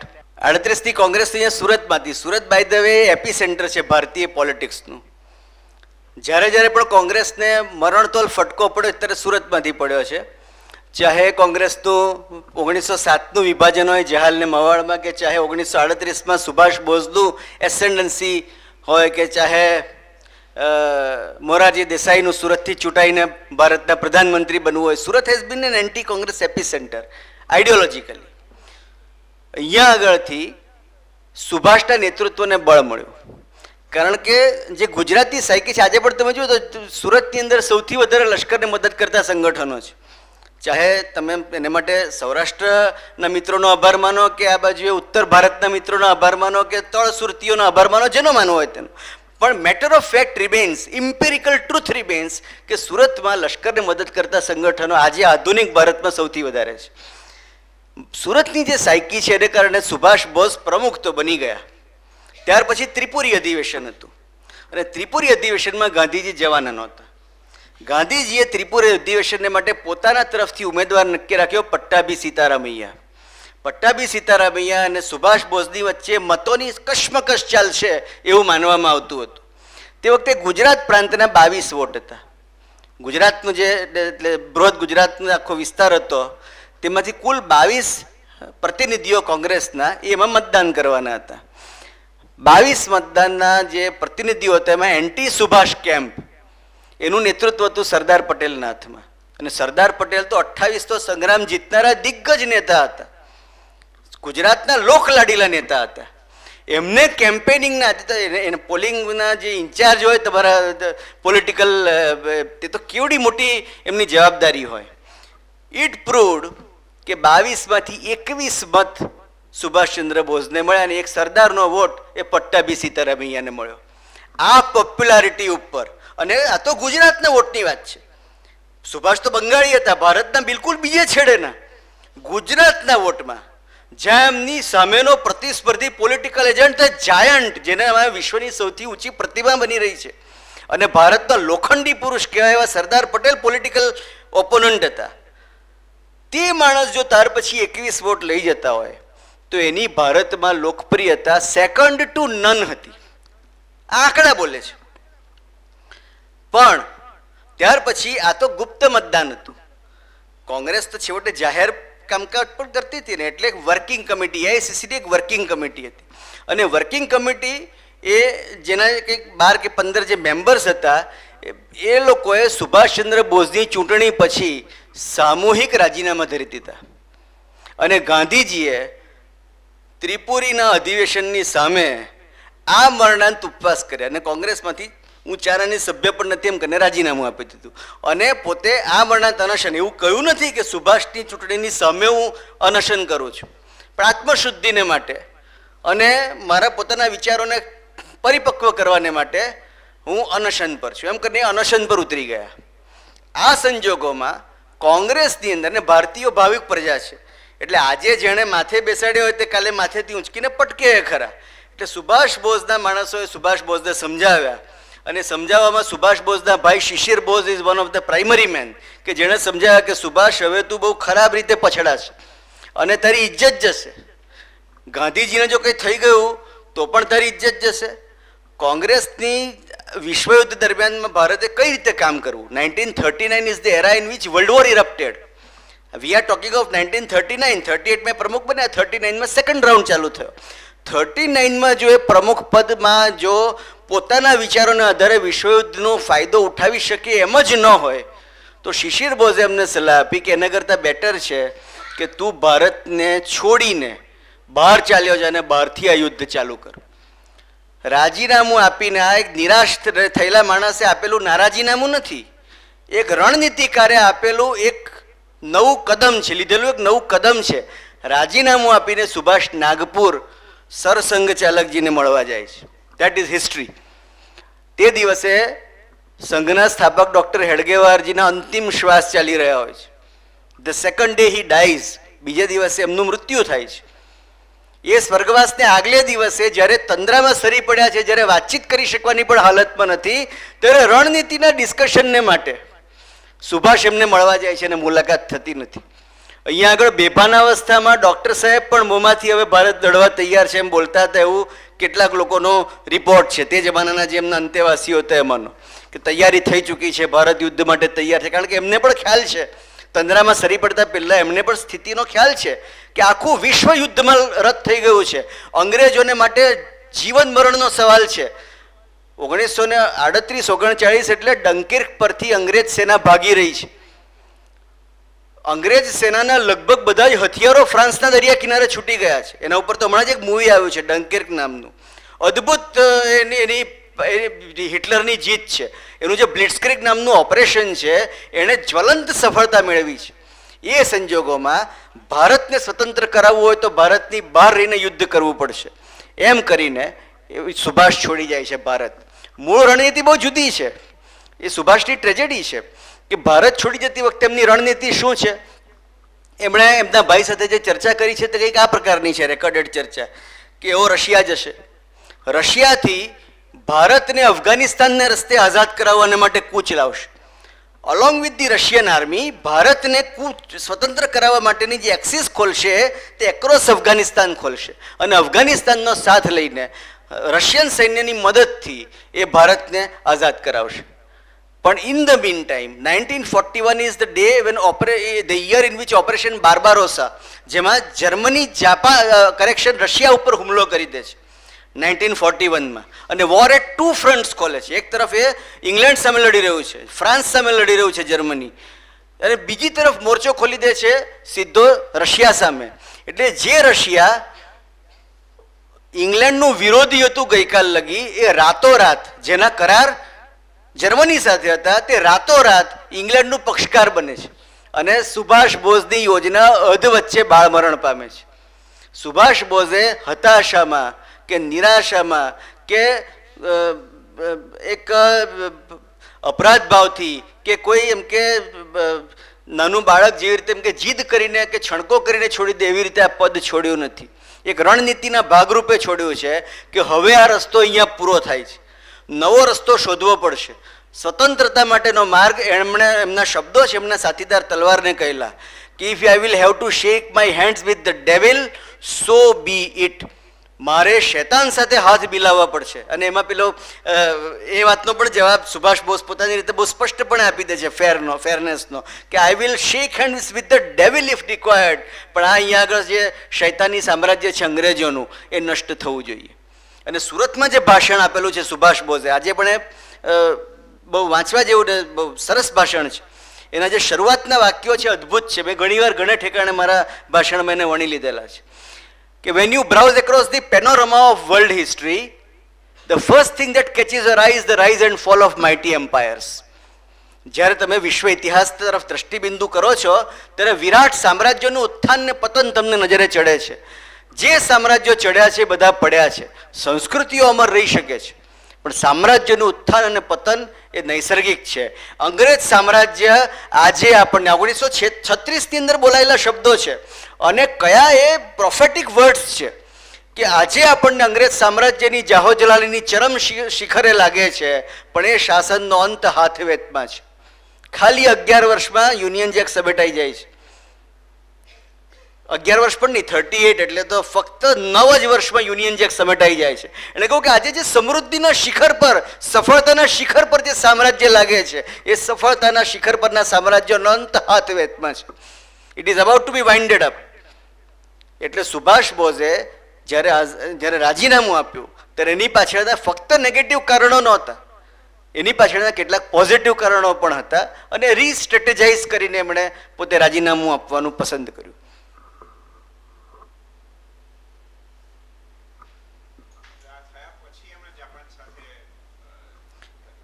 એટલે મૂળભૂત રીતે એમણે ત્યાર પછી બીજી યોજના જે પણ નિષ્ફળ ગઈ, બીજી યોજના એમણે એવી ઊભી કરી કે એડોલ્ફ હિટલરે જ્યારે મળ્યા, એડોલ્ફ હિટલર સાથેની ફ્યુરરની મુલાકાતનો એક ફોટોગ્રાફ છે અને ડૉક્ટર અનુજ ધર એણે એના ઉપર જે પુસ્તક લખ્યું છે અને the biggest controversy, the biggest cover up of Indian history, the mystery of Subhash Bose કરીને, એમાં એણે બહુ અદ્ભુત વાત લખી છે.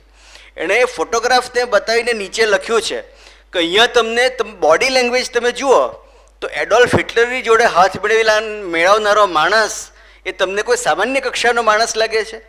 He is shaking hands with the biggest tyrant of human history. કમસે કમ top biggest tyrants of human હિસ્ટ્રીમાં તેનું નામ કોઈ પણ લિસ્ટમાં આવે, એડોલ્ફ હિટલર. એની સાથે આંખમાં આંખ નાખીને હસ્તધૂનન કરતો એક ભારતીય નેતા, અને રેકોર્ડેડ વાતચીત છે તે શું છે? ઓપનિંગ ડાયલોગ શું છે કે Subhash Bose begins with this કે my Führer, I have heard that, I have read in Mein Kampf કે તમે ભારતીય પ્રજાને, એશિયન પ્રજાઓને ઇન્ફિરિયર પ્રજા ગણો છો. એ વાત સાચી છે? અને એડોલ્ફ હિટલર પોતાના તરફથી સમજૂતી આપે છે કે ભારતીયો અને જાપાનીઓને આ લાગુ પડતું નથી. હી એડ્સ, એમની બાયોગ્રાફીમાં એક એક્સિયમ એડ કરે છે કે મેં એશિયન પ્રજાઓને નીચી કહી છે, મારી વાત સાથે હું સંમત રહું છું, પણ એમાંથી જાપાનીઝ અને ભારતીય પ્રજાઓને હું બાદ રાખું છું, એમને હું નીચી ગણતો નથી. ત્યાર પછી જે મિનિટ્સ રેકોર્ડેડ છે એમની વચ્ચેની, von Ribbentrop is present in the meeting. Von રિબેન્ટ્રોપનો જે ઓર્ડરલી છે એને કરેક્શન, એનો જે સ્ટેનો છે એને બધું રેકોર્ડ કર્યું છે. એણે પોતે સુભાષે યોજના આપી કે તમે યુ હેવ રીચ્ડ ટિલ કીવ, રશિયાનો જે દક્ષિણી ભાગ છે ત્યાં લગી જર્મન ફોજો પહોંચી ચૂકી છે. એટલે હવે he is trying to modify, જે એમણે મૂળ યોજના બનાવેલી એને મોડિફાય કરી રહ્યા છે કે અહીંયા આગળ જે મારી પાસે 7,000 થી 8,000 ભારતીય યોદ્ધાઓ છે, you give us a safe passage from across the Ural mountains. Ural માઉન્ટન્સને ક્રોસ કરીને અમે રશિયાની દક્ષિણેથી અમારી તાકાત પર બાકીનું રશિયા ક્રોસ કરીને ભારત પર હુમલો કરીશું. ત્યારે એડોલ્ફ હિટલર એમને હિન્દુ કુશના પહાડોની વાસ્તવિકતાથી વાકેફ કરવાનો પ્રયત્ન કરે છે કે તમારી ભાવના સારી છે, પણ જો હિન્દુ કુશની આસપાસનો વિસ્તાર તમારી સાથે નહીં હોય ને અફઘાનો જો તમારી સાથે નહીં રહે, જે અત્યારે અંગ્રેજોની સાથે છે, તો તમને હિન્દુ કુશમાં જ તમારું સૈન્ય રોળાઈ જશે. એટલે it is too far, it's a battle too far and not possible. Better you go to Japan. Japan has conquered Singapore. 40,000 ભારતીય યોદ્ધાઓ એમની જેલમાં છે, એમની મદદથી તમે સિંગાપોરમાંથી ભારતના પૂર્વ સરહદેથી દાખલ થાવ. It is what Adolf Hitler suggest in that meeting between Netaji Subhashchandra Bose and Hitler. પણ પછી એ પોતે જ એમાં પોતે વાંધો લે છે કે but Japan is too far away for you to reach. અમે એવું કોઈ વિમાન સ્પેર નહીં કરી શકીએ કે જેને અંગ્રેજો તોડી નહીં પાડે. વચ્ચેથી લગભગ 2,000 કિલોમીટરનો એનિમી સ્પેસ છે. જર્મનોની જીત રશિયામાં જ્યાં લગી આવી છે અને જાપાનીઓની જીત સિંગાપોર લગી આવી છે, એની વચ્ચે 2 થી 3000 કિલોમીટરનો એવો પ્રદેશ છે કે ઇટ ઇઝ ડોમિનેટેડ, જેના આકાશ ઉપર અંગ્રેજ અને રશિયન અને અમેરિકન વિમાનોનો કબજો છે. એની વિમાન વિરોધી તોપો ઉભેલી છે. કોઈ વિમાન તમને ત્યાં સલામત રીતે પહોંચાડી શકે નહીં જીવતું. તમારે દરિયા માર્ગે જવું પડે, which is impossible. Nobody has undertaken that journey. બર્લિનથી ટોકિયો આખું આફ્રિકા ઓળંગીને, આખું ભરતખંડ ઓળંગીને છેક ઉત્તરમાં ટોકિયો લગી જવું, એ આજ લગી કોઈ આવું સાહસ કર્યું નથી. અને સુભાષ સેઝ કે આ સાહસ હું કરી શકીશ. અને છેક યુરોપના ખૂણેથી ચાલુ કરીને, કેપ ઓફ ગુડ હોપની નીચેથી થઈને, ભારતના પણ શ્રીલંકાની નીચેના વિસ્તારની નીચેથી થઈને પેસિફિક ઓશનમાં, એટલે across the Atlantic, across the Indian ocean and across the Pacific ocean cross કરીને આ માણસ જાપાન પહોંચે છે. It is A military fit in it self.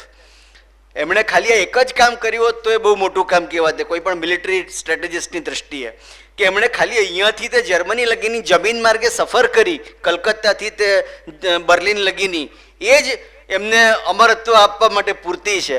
પણ આ બંને કામ કર્યા પછી એમણે યુદ્ધ કર્યું અને યુદ્ધમાં હાર્યા પછી પણ જીત મેળવી. એટલે ઇટ્સ એ સાઇન ઓફ એ સ્ટાલવાર્ટ કે જેણે લગભગ ઇતિહાસ ને ભૂગોળના સમીકરણો બદલી નાખ્યું. પણ એમની પાછળ હતી આઝાદ હિન્દ ફૌજ, અને એટલા માટે વાસ્તવિક શિલ્પી Azad Hind Fauj. That is the thesis of the lecture. એમનો સવાલ એવો છે કે ગાંધીજીનું કેટલા ટકા યોગદાન આઝાદીની લડાઈમાં, અને એમનું શું યોગદાન, એક કયા સ્વરૂપનું યોગદાન? સૌથી પહેલું તો મોરલ સ્વરૂપનું યોગદાન, કે જે પ્રજા વંદે માતરમ બોલતા ગભરાતી હતી એ પ્રજાને એમણે ક્વિટ ઇન્ડિયાનો લલકાર કરતી કરી. એ સૌથી મોટું મોરલ યોગદાન. બીજું એક યોગદાન જે છે બહુ મોટું, કે માસીસને એમણે સ્વતંત્રતાના યુદ્ધમાં પ્રવૃત્ત કર્યા. ભલે જીતી શકે એમ નહોતા, પણ એમને પ્રવૃત્ત કર્યા. બહુ બધા વયસ્કો જ બેઠા છે એટલે કહી શકાય, પણ એક જર્મન ફિલોસોફરે માસ એજિટેશન્સ માટે કહ્યું છે કે ઇટ ઇઝ લાઇક એન ઓર્ગી. એમાં લોકોને પ્રવૃત્ત કરવા બહુ મુશ્કેલ છે. ઇન્ડિવિજ્યુઅલ એક્ટ માટે બરાબર છે, પણ આખા જન સમૂહને કોઈ એક પ્રવૃત્તિમાં એન્ગેજ કરવા, it is hell of a task. એને કંઈ આસાનીથી સાધી શકાય એમ નથી. એક એવો નેતા જે કૃષ્ણને ચાણક્ય પછી પહેલી વાર આવ્યો, કે જેણે કાશ્મીરથી કન્યાકુમારીને પોરબંદરથી તે આસામ લગી પોતાના અનુયાયીઓ ઊભા કર્યા, અને ખૂંખાર પઠાણો પણ એને માને અને શ્રીલંકાના લોકો પણ માને. ત્યાં લગી કે 1960માં આફ્રિકન અમેરિકનોના જે નેતા હતા તેમણે પણ કહ્યું કે મારે જો મૂવમેન્ટ કરવી હોય તો કે અમેરિકનોની સામે હથિયાર ઉઠાવી શકો એમ નથી, મારે મૂવમેન્ટ કરવી હોય તો ગાંધીયન મૂવમેન્ટ જ કરવી પડશે. એમ એક નવી તરહની રણનીતિ, અને ખરેખર નવી નથી, એ ભારતીય રણનીતિ છે. તમે જુઓ તો વશિષ્ઠ વિશ્વામિત્ર સંગ્રામમાં વશિષ્ઠ શું કરે છે? એણે ક્યારેય હથિયાર ઉપાડ્યું છે? તમામ પ્રકારના અસ્ત્રો તો વિશ્વામિત્ર, જે જૂનો વિશ્વરથ રાજાને નામે પ્રખ્યાત છે, ત્યાર પછી વિશ્વામિત્ર ઋષિ તરીકે એમની રાજર્ષિ મહર્ષિ ને બ્રહ્મર્ષિની યાત્રા છે. પણ એ શસ્ત્રો ફેંકે છે એક પછી એક. સામે તો બ્રહ્મદંડ લઈને એક હથિયાર વગરનો યોદ્ધો ઊભો છે. ઋષિ વશિષ્ઠ પાસે તો કોઈ શસ્ત્ર જ નથી. એટલે જે પરંપરા છે તો જૂની વૈદિક પરંપરા છે, અને ગાંધીજી રિવાઇવ કરે છે. પણ એને એટલે એમણે કબૂલ્યું પણ છે કે હું જે વાત કહું છું એ પર્વતો જેટલી જૂની છે, આ હિમાલય જેટલી જૂની છે, અને આ ગંગા જેટલી જૂની છે. નવી તો કોઈ વાત એમણે કરી જ નથી. પણ ગાંધીજીનું એ યોગદાન છે. અને ગાંધીજીનું યોગદાન એ ઉપરાંત પણ ત્રીજે જો મારે વાત કરવી હોય તો મહિલાઓને ભારતીય જનજીવનમાં એન માસ પ્રવૃત્ત કરવી. અને એટલા જ માટે ફિમેલ સફરેજ જે એમનો મતદાનનો અધિકાર છે, એ મતદાનનો અધિકાર ભારતમાં બહુ સ્વાભાવિકપણે આવ્યો છે. અમેરિકામાં આંદોલનો થયા છે, જાપાનમાં આંદોલનો થયા છે, ઇંગ્લેન્ડમાં આંદોલનો થયા છે, જે લોકશાહીની કહેવાતી જનની છે. ખરેખર તો એ જનની પણ ભારત વર્ષ છે, પણ ઇંગ્લેન્ડની અંદર કે જે જનની કહેવાય લોકશાહીની, એમાં પણ સ્ત્રીઓએ આંદોલનો કરવા પડ્યા છે મતદાનનો અધિકાર મેળવવાને માટે. ભારતમાં એ નૈસર્ગિક રીતે સ્વીકારાયેલી વાત છે. કારણ કે કેસરવર્ણી સમર સેવિકા કોમલ સેજે બિછાવે, એ કેસરવર્ણી સમર સેવિકા ખભે ખભા મેળવીને લડી છે. અને ભારતીય ઇતિહાસની પણ એમાં પણ ગાંધીજીને જ એકલાને માર્ક્સ આપવા યોગ્ય નથી, કારણ કે ઝાંસીની રાણી પણ આપણે ત્યાં જ છે. અને આખા મુસ્લિમ ઇતિહાસ પર દ્રષ્ટિ કરો તો ચાંદ બીબીથી માંડીને તો રઝિયા સુલતાના લગી તમારે ભારતના ઉપખંડમાં જ શોધવી પડે. ક્યાંય તમને કોઈ આરબ યોદ્ધા સ્ત્રી કે કોઈ અફઘાન યોદ્ધા સ્ત્રી કે કોઈ તુર્ક યોદ્ધા સ્ત્રી મળતી નથી. એટલે ભારતીય ઉપખંડની એ તાકાત છે કે એની મહિલાની એ તાકાત છે કે કોઈ પણ ધર્મમાં ચાલી ગઈ હોય, કોઈ પણ પરિવેશમાં ચાલી ગઈ હોય, પણ એની એ સ્ત્રી શક્તિ એ છેક જગદંબાના સમયથી તે આજ લગી એ તાકાતવાન રહી છે. પણ એને એન માસ પ્રવૃત્ત કરવાનું કામ એ 20મી સદીના શરૂઆતના દાયકાઓમાં ગાંધીજીએ કર્યું. આપણે એમને એ ગ્રેસ માર્ક્સ આપવા પડે. અને એમની સૌથી મોટી આ બધાની સામે સંજયભાઈ કદાચ સંમત નહીં થાય, મારી સામે ગુસ્સેથી જોશે, પણ ગ્રામને કેન્દ્ર ગણીને ભારતીય સભ્યતાને ગ્રામ પ્રધાન સભ્યતા તરીકે પ્રસ્થાપિત કરવાની જે એમની વાત હતી, ત્યાં બધી વાતોની સામે ત્રાજવામાં ઊંધી બાજુએ મૂકવી પડે. કારણ કે ભારતીય સભ્યતા ક્યારેય ગ્રામ પ્રધાન સભ્યતા નહોતી. અયોધ્યા, મથુરા, કાશી, અવંતી, કાંચી આ બધા સાંસ્કૃતિક કેન્દ્રો હતા. અને ગામડાઓ નહીં, પણ ત્યાર પછી જો જવું હોય તો વાલ્મીકીનો આશ્રમ, વશિષ્ઠનો આશ્રમ, યાજ્ઞવલ્કનો આશ્રમ, એ જંગલોમાં વસેલા કોઈ ગ્રામ નહીં. ક્યાંય કોઈ ગ્રામની વાત સંસ્કૃતિ કેન્દ્રોમાં, વેદોમાં, ઉપનિષદોમાં આવતી નથી. આવે છે તો નગરો, ગ્રામો સંસ્કૃતિના વાહકો છે. ગ્રામો સંસ્કૃતિ ગ્રામ્ય પ્રધાન અવસ્થા છે એવું કોઈ રીતે કહી શકાય એવું નથી. અને એવી કોઈ જાહોજલાની પણ નહોતી. કૃષ્ણનું જ જો મહાભારતમાં તમે પાત્ર લેખન જુઓ તો ગોકુળ છોડીને એમણે વ્રજ જવું પડ્યું છે. એનો અર્થ છે કે આજે આ ગામમાં તો કાલે પેલા ગામમાં, મધર ઇન્ડિયામાં જ બતાવ્યું છે એવું નહીં એક ગામ છોડીને બીજા ગામ જતા લોકો. ભારતમાં વારંવાર ગામડાઓ ઉજળ્યા છે અને કોઈ ગામડું પરમેનન્ટ રહ્યું નથી. કાલે કાળા વ્યારા હતું તો આજે વ્યારા બન્યું. કાળા વ્યારા બળી ગયું આજથી 200 વર્ષ પહેલા, તો કાળા વ્યારાના લોકો ભેગા થઈને વ્યારામાં ગયા. નામ રાખ્યું પેલાનું કાળા વ્યારા ને અહીંયાનું વ્યારા વ્યારા રાખ્યું. પણ ભારતીય સભ્યતાને ગ્રામ્ય પ્રધાન ગણીને ગામડાની એકમ બનાવવાના જે જનૂની પ્રયત્નો ગાંધીજીએ કર્યા, એણે ભારતીય જનમાનસ ઉપર ભયંકર નેગેટિવ ઇમ્પેક્ટ આપ્યો. અને નરેન્દ્ર મોદીએ ત્યાર પછીના પહેલા નેતા છે આઝાદ ભારતના કે જેમણે શહેરીકરણને એક ન્યુસન્સની જગ્યાએ એક ઓપોર્ચ્યુનિટી તરીકે જોઈ. અને પરિણામે ભારતને જે ફટકો તે દિવસની વિચારધારામાં પડેલો એના કરતાં બિલકુલ ઊંધી દિશામાં ગતિ કરવાની આજે તક મળે છે. અને આજે રાફેલ વિમાનો પણ ભારતમાં બને અને સેમસંગનો મોબાઈલ ફોનનો પણ લાર્જેસ્ટ પ્લાન્ટ ભારતમાં આવે. Because the first antithesis to Gandhian thought કે ગામડું જ એકમ છે એવું નથી, શહેર પણ એકમ બની શકે, એ વાત આપણા ભારતીય જનમાનસમાં ફરીથી પ્રસ્થાપિત. એટલે ગાંધીજીનું બહુ મોટું કોન્ટ્રીબ્યુશન છે. As far as the percentage of his movement is કન્સર્ન્ડ, મારે તો ક્લેમેન્ટ એટલીને જ ટાંકવા પડે. He is the greatest authority, જેમણે મિનિમલ એમ કહી દીધેલું છે, એટલે લેસ ધેન 10%. દાખલો આપું છું બહુ જુદા રણ મેદાનનો. દાખલો આપું છું 1971ના ઢાકા બાઉલનો. બહુ ધ્યાનથી મારું થીસીસ રજૂ કરીશ કે કેમ ભારતની આખી પ્રજાએ કરેલી મહેનતને હું 10%ના હાંસિયામાં મૂકું છું. પાકિસ્તાનનું યુદ્ધ કોણ લડી રહ્યું છે? 1971નું ભારતીય ફોજ લડી રહી છે. એની પાછળ આખી ભારતીય પ્રજા છે. પણ ઢાકા બાઉલને ઘેરીને 3000 ભારતીય યોદ્ધાઓ ઊભા છે. આમ તો 93000 શસ્ત્રસજ્જ પાકિસ્તાની યોદ્ધાઓએ 1971ની 16મી ડિસેમ્બર શરણાગતિ સ્વીકારી છે. પણ ઢાકા બાઉલ જે કહેવાય, ઢાકા પાટનગર, પશ્ચિમ પાકિસ્તાન, પૂર્વ પાકિસ્તાનનું અર્સ્ટવાઇલ ઈસ્ટ પાકિસ્તાન, આજનું બાંગ્લાદેશ, એનું પાટનગર, એમાં 21000 હથિયારબંધ શસ્ત્રસજ્જ armed to the teeth Pakistani યોદ્ધાઓ છે. અને એનો સરસેનાપતિ છે Tiger Niazi. Finally it is proved that he is a paper Tiger Niazi, પણ હી ઇઝ ટાઈગર નિયાઝી, અને ટાઈગર નિયાઝીના નામે ઓળખવામાં આવે છે. 21000 યોદ્ધાઓ વાળો ટાઈગર નિયાઝી ઢાકા બાઉલમાં ઘેરાયો છે 3000 ભારતીય યોદ્ધાઓ દ્વારા. બાંગ્લાદેશને મુક્ત કોણે કરાવ્યું? ભારતની પ્રજાએ કે 3000 યોદ્ધાઓના સરસેનાપતિ ફિલ્ડ માર્શલ માનેકશાહે, જેણે છેલ્લી ઘડીએ નેગોસિએશનમાં એમ કહ્યું કે સીઝ ફાયર નહીં, શરણાગતિ. Last minute નેગોસિએશન. એમાં વાર્તાલાપ શેના પર ચાલી રહ્યો છે? સીઝ ફાયર પર. United Nations organized cease fire. General Niazi ખાલી આ જ ટર્મ્સ ઓફ રેફરન્સમાં વાત કરી રહ્યા છે, સમજો. જનરલ નિયાઝી કોઈ શરણાગતિની વાત કરી રહ્યા નથી. જે સ્થળે જ્યાં ભારતીય અને પાકિસ્તાની દળો છે તે ત્યાં ઊભા રહી જાય અને જે કારગિલમાં જે થયું તે કરે, પોતપોતાની સીમા ક્ષેત્રોમાં પાછા જાય. એટલે પૂર્વ પાકિસ્તાન તો પૂર્વ પાકિસ્તાન જ રહી જાય.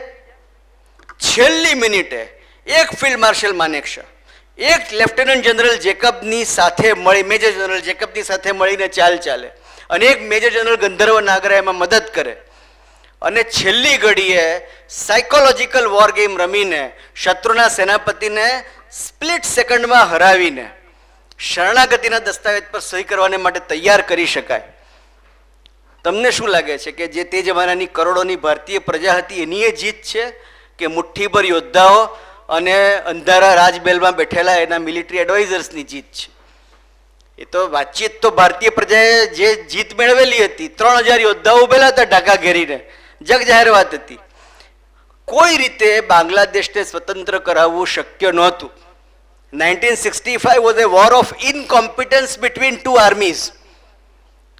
1965 નું યુદ્ધ બે લશ્કરો વચ્ચેની ઇનકોમ્પિટન્સનું કોન્ટેસ્ટ હતું. For the first time India showed competence in 1971 and glorious victory was achieved by a handful few. એમાં નહોતો ઇન્દિરા ગાંધીનો કોઈ છેવટની રણનીતિમાં, શરૂઆતમાં હોઈ શકે છે, છેવટની રણનીતિમાં નહોતો એમનો કોઈ હાથ કે નહોતો એમનો કોઈ પગ. એ ફક્ત Field Marshal Manekshaw, Major General Jacob, Major General Gandharv Nagra અને ઢાકાને ઘેરીને ઉભેલા 3000 યોદ્ધાઓએ ઊભું કરેલું પોલિટિકલ, મિલિટરી, સાયકોલોજીકલ અને સોશિયલ પ્રેશર, એણે જીત મેળવી છે. I rest my case by only this much. Indira Gandhi જો ભારતીય પ્રજાની તાકાત પર ફિલ્ડ માર્શલ માનેકશાને દબાણ આપીને સપ્ટેમ્બર મહિનામાં યુદ્ધ ચલાવતે તો ભારત આ યુદ્ધ સંપૂર્ણપણે હારી ગયું હતું. બહુ જગજાહેર પ્રસંગ છે જ્યારે ફિલ્ડ માર્શલ માનેકશાએ કહ્યું કે આ યુદ્ધ નહીં જીતી શકાય. This war cannot B one. તમે મને સપ્ટેમ્બર મહિનામાં જ્યારે બાંગ્લાદેશની નદીઓની અંદર પાણી છે, દરિયા જેવી નદીઓ બની ગયો, ત્યારે તમે મને આક્રમણ કરવાનું કહો છો. This war cannot B one. ગમે તે ભારતીય તાકાત લગાવી દો ને તમે, ગમે તે પ્રજા પડખે ઊભી રાખી દો ની, કોઈ તાકાત જીતી શકે નહીં. જીત અને હાર, હા, સાહસ કોણે કર્યું? રણ મેદાનમાં બલિદાનો ભારતીય પ્રજાએ આપ્યા છે.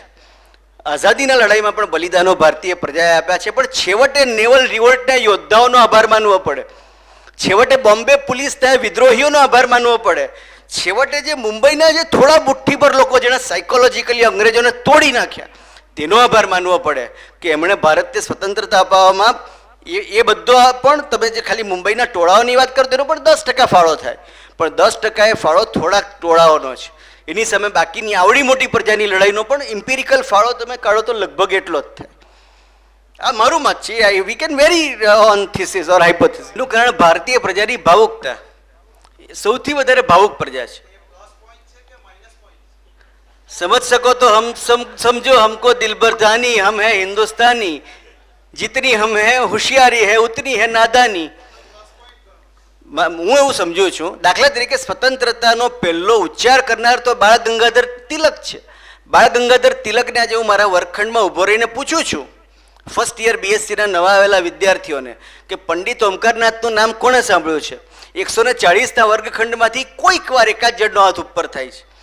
ભાઈ, બાળ ગંગાધર તિલકનું નામ કોણે સાંભળ્યું છે? અરે તમે બાળ ગંગાધર તિલક લગી જાઓ છો, દેવાનંદનું નામ સાંભળ્યું નથી કોઈએ.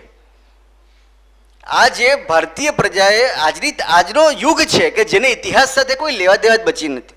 એને તો બાળપણમાં જે વાતો સાંભળેલી હોય અને જે ટ્રાન્સફોર્મ થયેલી હોય તેટલી યાદ હોય, એને આજે મહાભારત એટલું યાદ નથી, રામાયણ એટલું યાદ નથી. થેન્ક્સ ટુ ટીવી થોડું ઘણું યાદ રહી ગયું છે કે જે સિરિયલો આવી. બાકી ભારતીય જનમાનસને આજે એને જે પાઠ્યપુસ્તકોમાં ભણાવવામાં આવે છે એ યાદ છે. ને પાઠ્યપુસ્તકો પર ગાંધીજી છવાયેલા છે, અને પાઠ્યપુસ્તકો પર ગાંધીજી છવાયેલા હોવાને કારણે સ્વાભાવિકપણે ગાંધીજી યાદ રહેવાના છે. એ યાદ રહે કે હું ગાંધીજીને સેજ પણ ડિમિનિશ નથી કરતો, એમના નેતૃત્વને, એમના સ્તરને, પણ વાસ્તવિક ઇમ્પેક્ટ જ્યારે તમે જુઓ ત્યારે તો you have to be realistic. ત્યારે તમે ભાવનાશીલ નહીં થઈ શકો. It is better to have a cold mind and a warm heart than to have a warm mind and a cold heart. જે ઉષ્મા છે હૃદયમાં અને મગજ ઠંડુ, એમ રાખીને જો હું એનાલિસિસ કરવા બેસું તો મને જવાબ આ મળે છે. હા, મગજમાં ઉષ્મા ભરીને હૃદય ઠંડુ રાખીને જો તપાસ કરવા બેસું તો જવાબ જુદો આવે. પણ વાસ્તવિકતા આ છે, ભારતીય પ્રજા એવી છે કે જેનો અહીંયા પણ ગરમી છે ને અહીંયા પણ ગરમી છે, એટલે એ તો એની રીતે જ આકલન કરવાની. પણ જે ભારતીય પ્રજાએ પોતે મગજ ઠંડુ કરવાનું શીખી લીધું છે તેણે આ રીતે વિચારવું રહ્યું. મગજ ઠંડુ રાખીને લડ્યા નથી. એમણે કહ્યું હતું મારી લાશ પર ભારતના ટુકડા થશે. ઇતિહાસ બોધ કહે છે કે લાશ ટુકડા થયા પછી પડી છે. એમણે કહેલું છે, એમનું વિધાન છે. જો સામુરાઈ યોદ્ધા હોત તો શીર પડે ને ધડ લડે. આ મારો સીધો સટ, આઈ રેસ્ટ માય કેસ. જો ગાંધીજી છેલ્લા સામુરાઈ યોદ્ધા હોત તો એમની લાશ પડી હોત ને પછી ભાગલા થયા હોત. પણ ગાંધીજી સામુરાઈ યોદ્ધા નહોતા. Gandhiji was part politician and part Saint.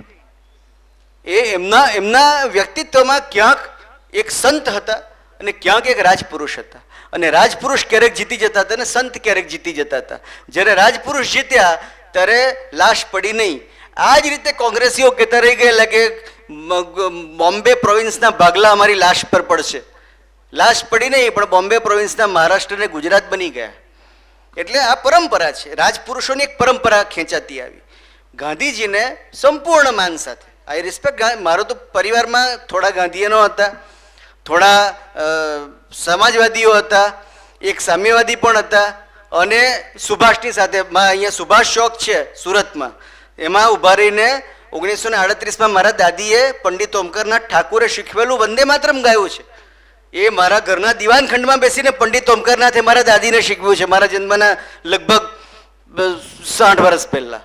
એટલે મારા પરિવારમાં બધા જ પક્ષે રહ્યા છે. એટલે હું બહુ ઓબ્જેક્ટિવલી કહું છું, કોઈ વિથ મેલિસ ટુવર્ડ્સ નન. ગાંધીજી કેટલાક લોકોને આઈડિયોલોગ તરીકે સ્વીકાર્ય હતા, કેટલાક લોકોને માસ લીડર તરીકે સ્વીકાર્ય હતા, અને કેટલાક લોકોને માસ લીડર અને આઈડિયોલોગ તરીકે સ્વીકાર્ય હતા. હું એ પરંપરામાં વિશ્વાસ ધરાવું છું કે જેમાં ગાંધીજી માસ લીડરમાં મને શ્રદ્ધા છે, ગાંધીજી આઈડિયોલોગમાં મને શ્રદ્ધા નથી. ઇતિહાસ વિજેતાઓ લખે છે અને વિજેતાઓ સત્તાધીશો બને છે. સત્તાધીશો બને છે તેમણે લખેલો ઇતિહાસ એ રાગ દરબારી ઇતિહાસ છે. અને રાગ દરબારી ઇતિહાસ એમના અન્નદાતાની કહાની એ એની માના ગર્ભમાં નહીં પણ એના પિતાના ગર્ભમાં ત્યાંથી ચાલુ કરે છે. આ રાગ દરબારી ઇતિહાસની લાક્ષણિકતાઓ છે. એટલે રાગ દરબારીનો ઇતિહાસ છે. આ લેફ્ટિસ્ટો અને જે પરંપરાગત રીતે સમાજવાદીઓ હતા એમણે લખેલો ઇતિહાસ છે. અને એ ઇતિહાસ બોધમાં હંમેશા જે મેઇન હીરોઝ છે તે એમની વિચારધારાની નજીકના અથવા તો એમની વિચારધારા સાથે જે સમાધાન કરી રહ્યા એ લોકો હોય. જે coming to the question of Andaman Nicobar, 1944માં ભારત આઝાદ જ નહોતું, એટલે આપણને બચાવી એ શક્ય જ નહોતું. આંદામાન આઝાદ થયું એ જાપાને ભારત પાસેથી ખૂંચવી લીધું. ખરેખર તો જાપાની આક્રમણ જે ગયું એમાં ભારતીય યોદ્ધાઓ હતા પણ નહીં. ભારતીય યોદ્ધાઓ તો ભારતની સરહદ ઉપર લડી રહેલા હતા. પણ because Andaman was a part of mainland India અને અહીંયા આગળ કાળા પાણી એટલે સેલ્યુલર જેલ હતી પોર્ટ બ્લેરમાં, એટલા માટે સુભાષ બોઝને ખાસ આમંત્રણ આપીને એક નાનકડી મિલિટરી કન્ટિજન્ટ દ્વારા ત્યાં આગળ વિમાનમાં ઉતારવામાં આવ્યા. અને ત્યાં એમણે ગાર્ડ ઓફ ઓનર તરીકે ભારતના આ બે પ્રદેશોને પોતાને હસ્તક લીધા. પોલિટિકલ કંટ્રોલ પાસ થયો નહોતો, પણ એક સેરેમની દ્વારા ત્યાં આગળ રાષ્ટ્રધ્વજ ફરકાવીને ભારતનો એને આઝાદ અને સ્વરાજના ટાપુ દ્વારા જાહેર કરવામાં આવ્યા. ભારત સરકારે જે ફાઇલો જાહેર કરી છે, 3 કમિશન આવ્યા. પહેલું તો શાહનવાઝ કમિશન આવ્યું, બીજું ખોસલા કમિશન આવ્યું, અને પછી ચક્રવર્તી કમિશન આવ્યું. અને આ બાબતમાં સૌથી મોટી ઓથોરિટી તરીકે જેણે લગભગ પોતાનું આખું જીવન આપ્યું હોય સંશોધન પાછળ, તો એ અગેન નેમ ધ જેન્ટલમેન એ દિલ્હીનો એક પત્રકાર છે અનુજ ધાર કરીને.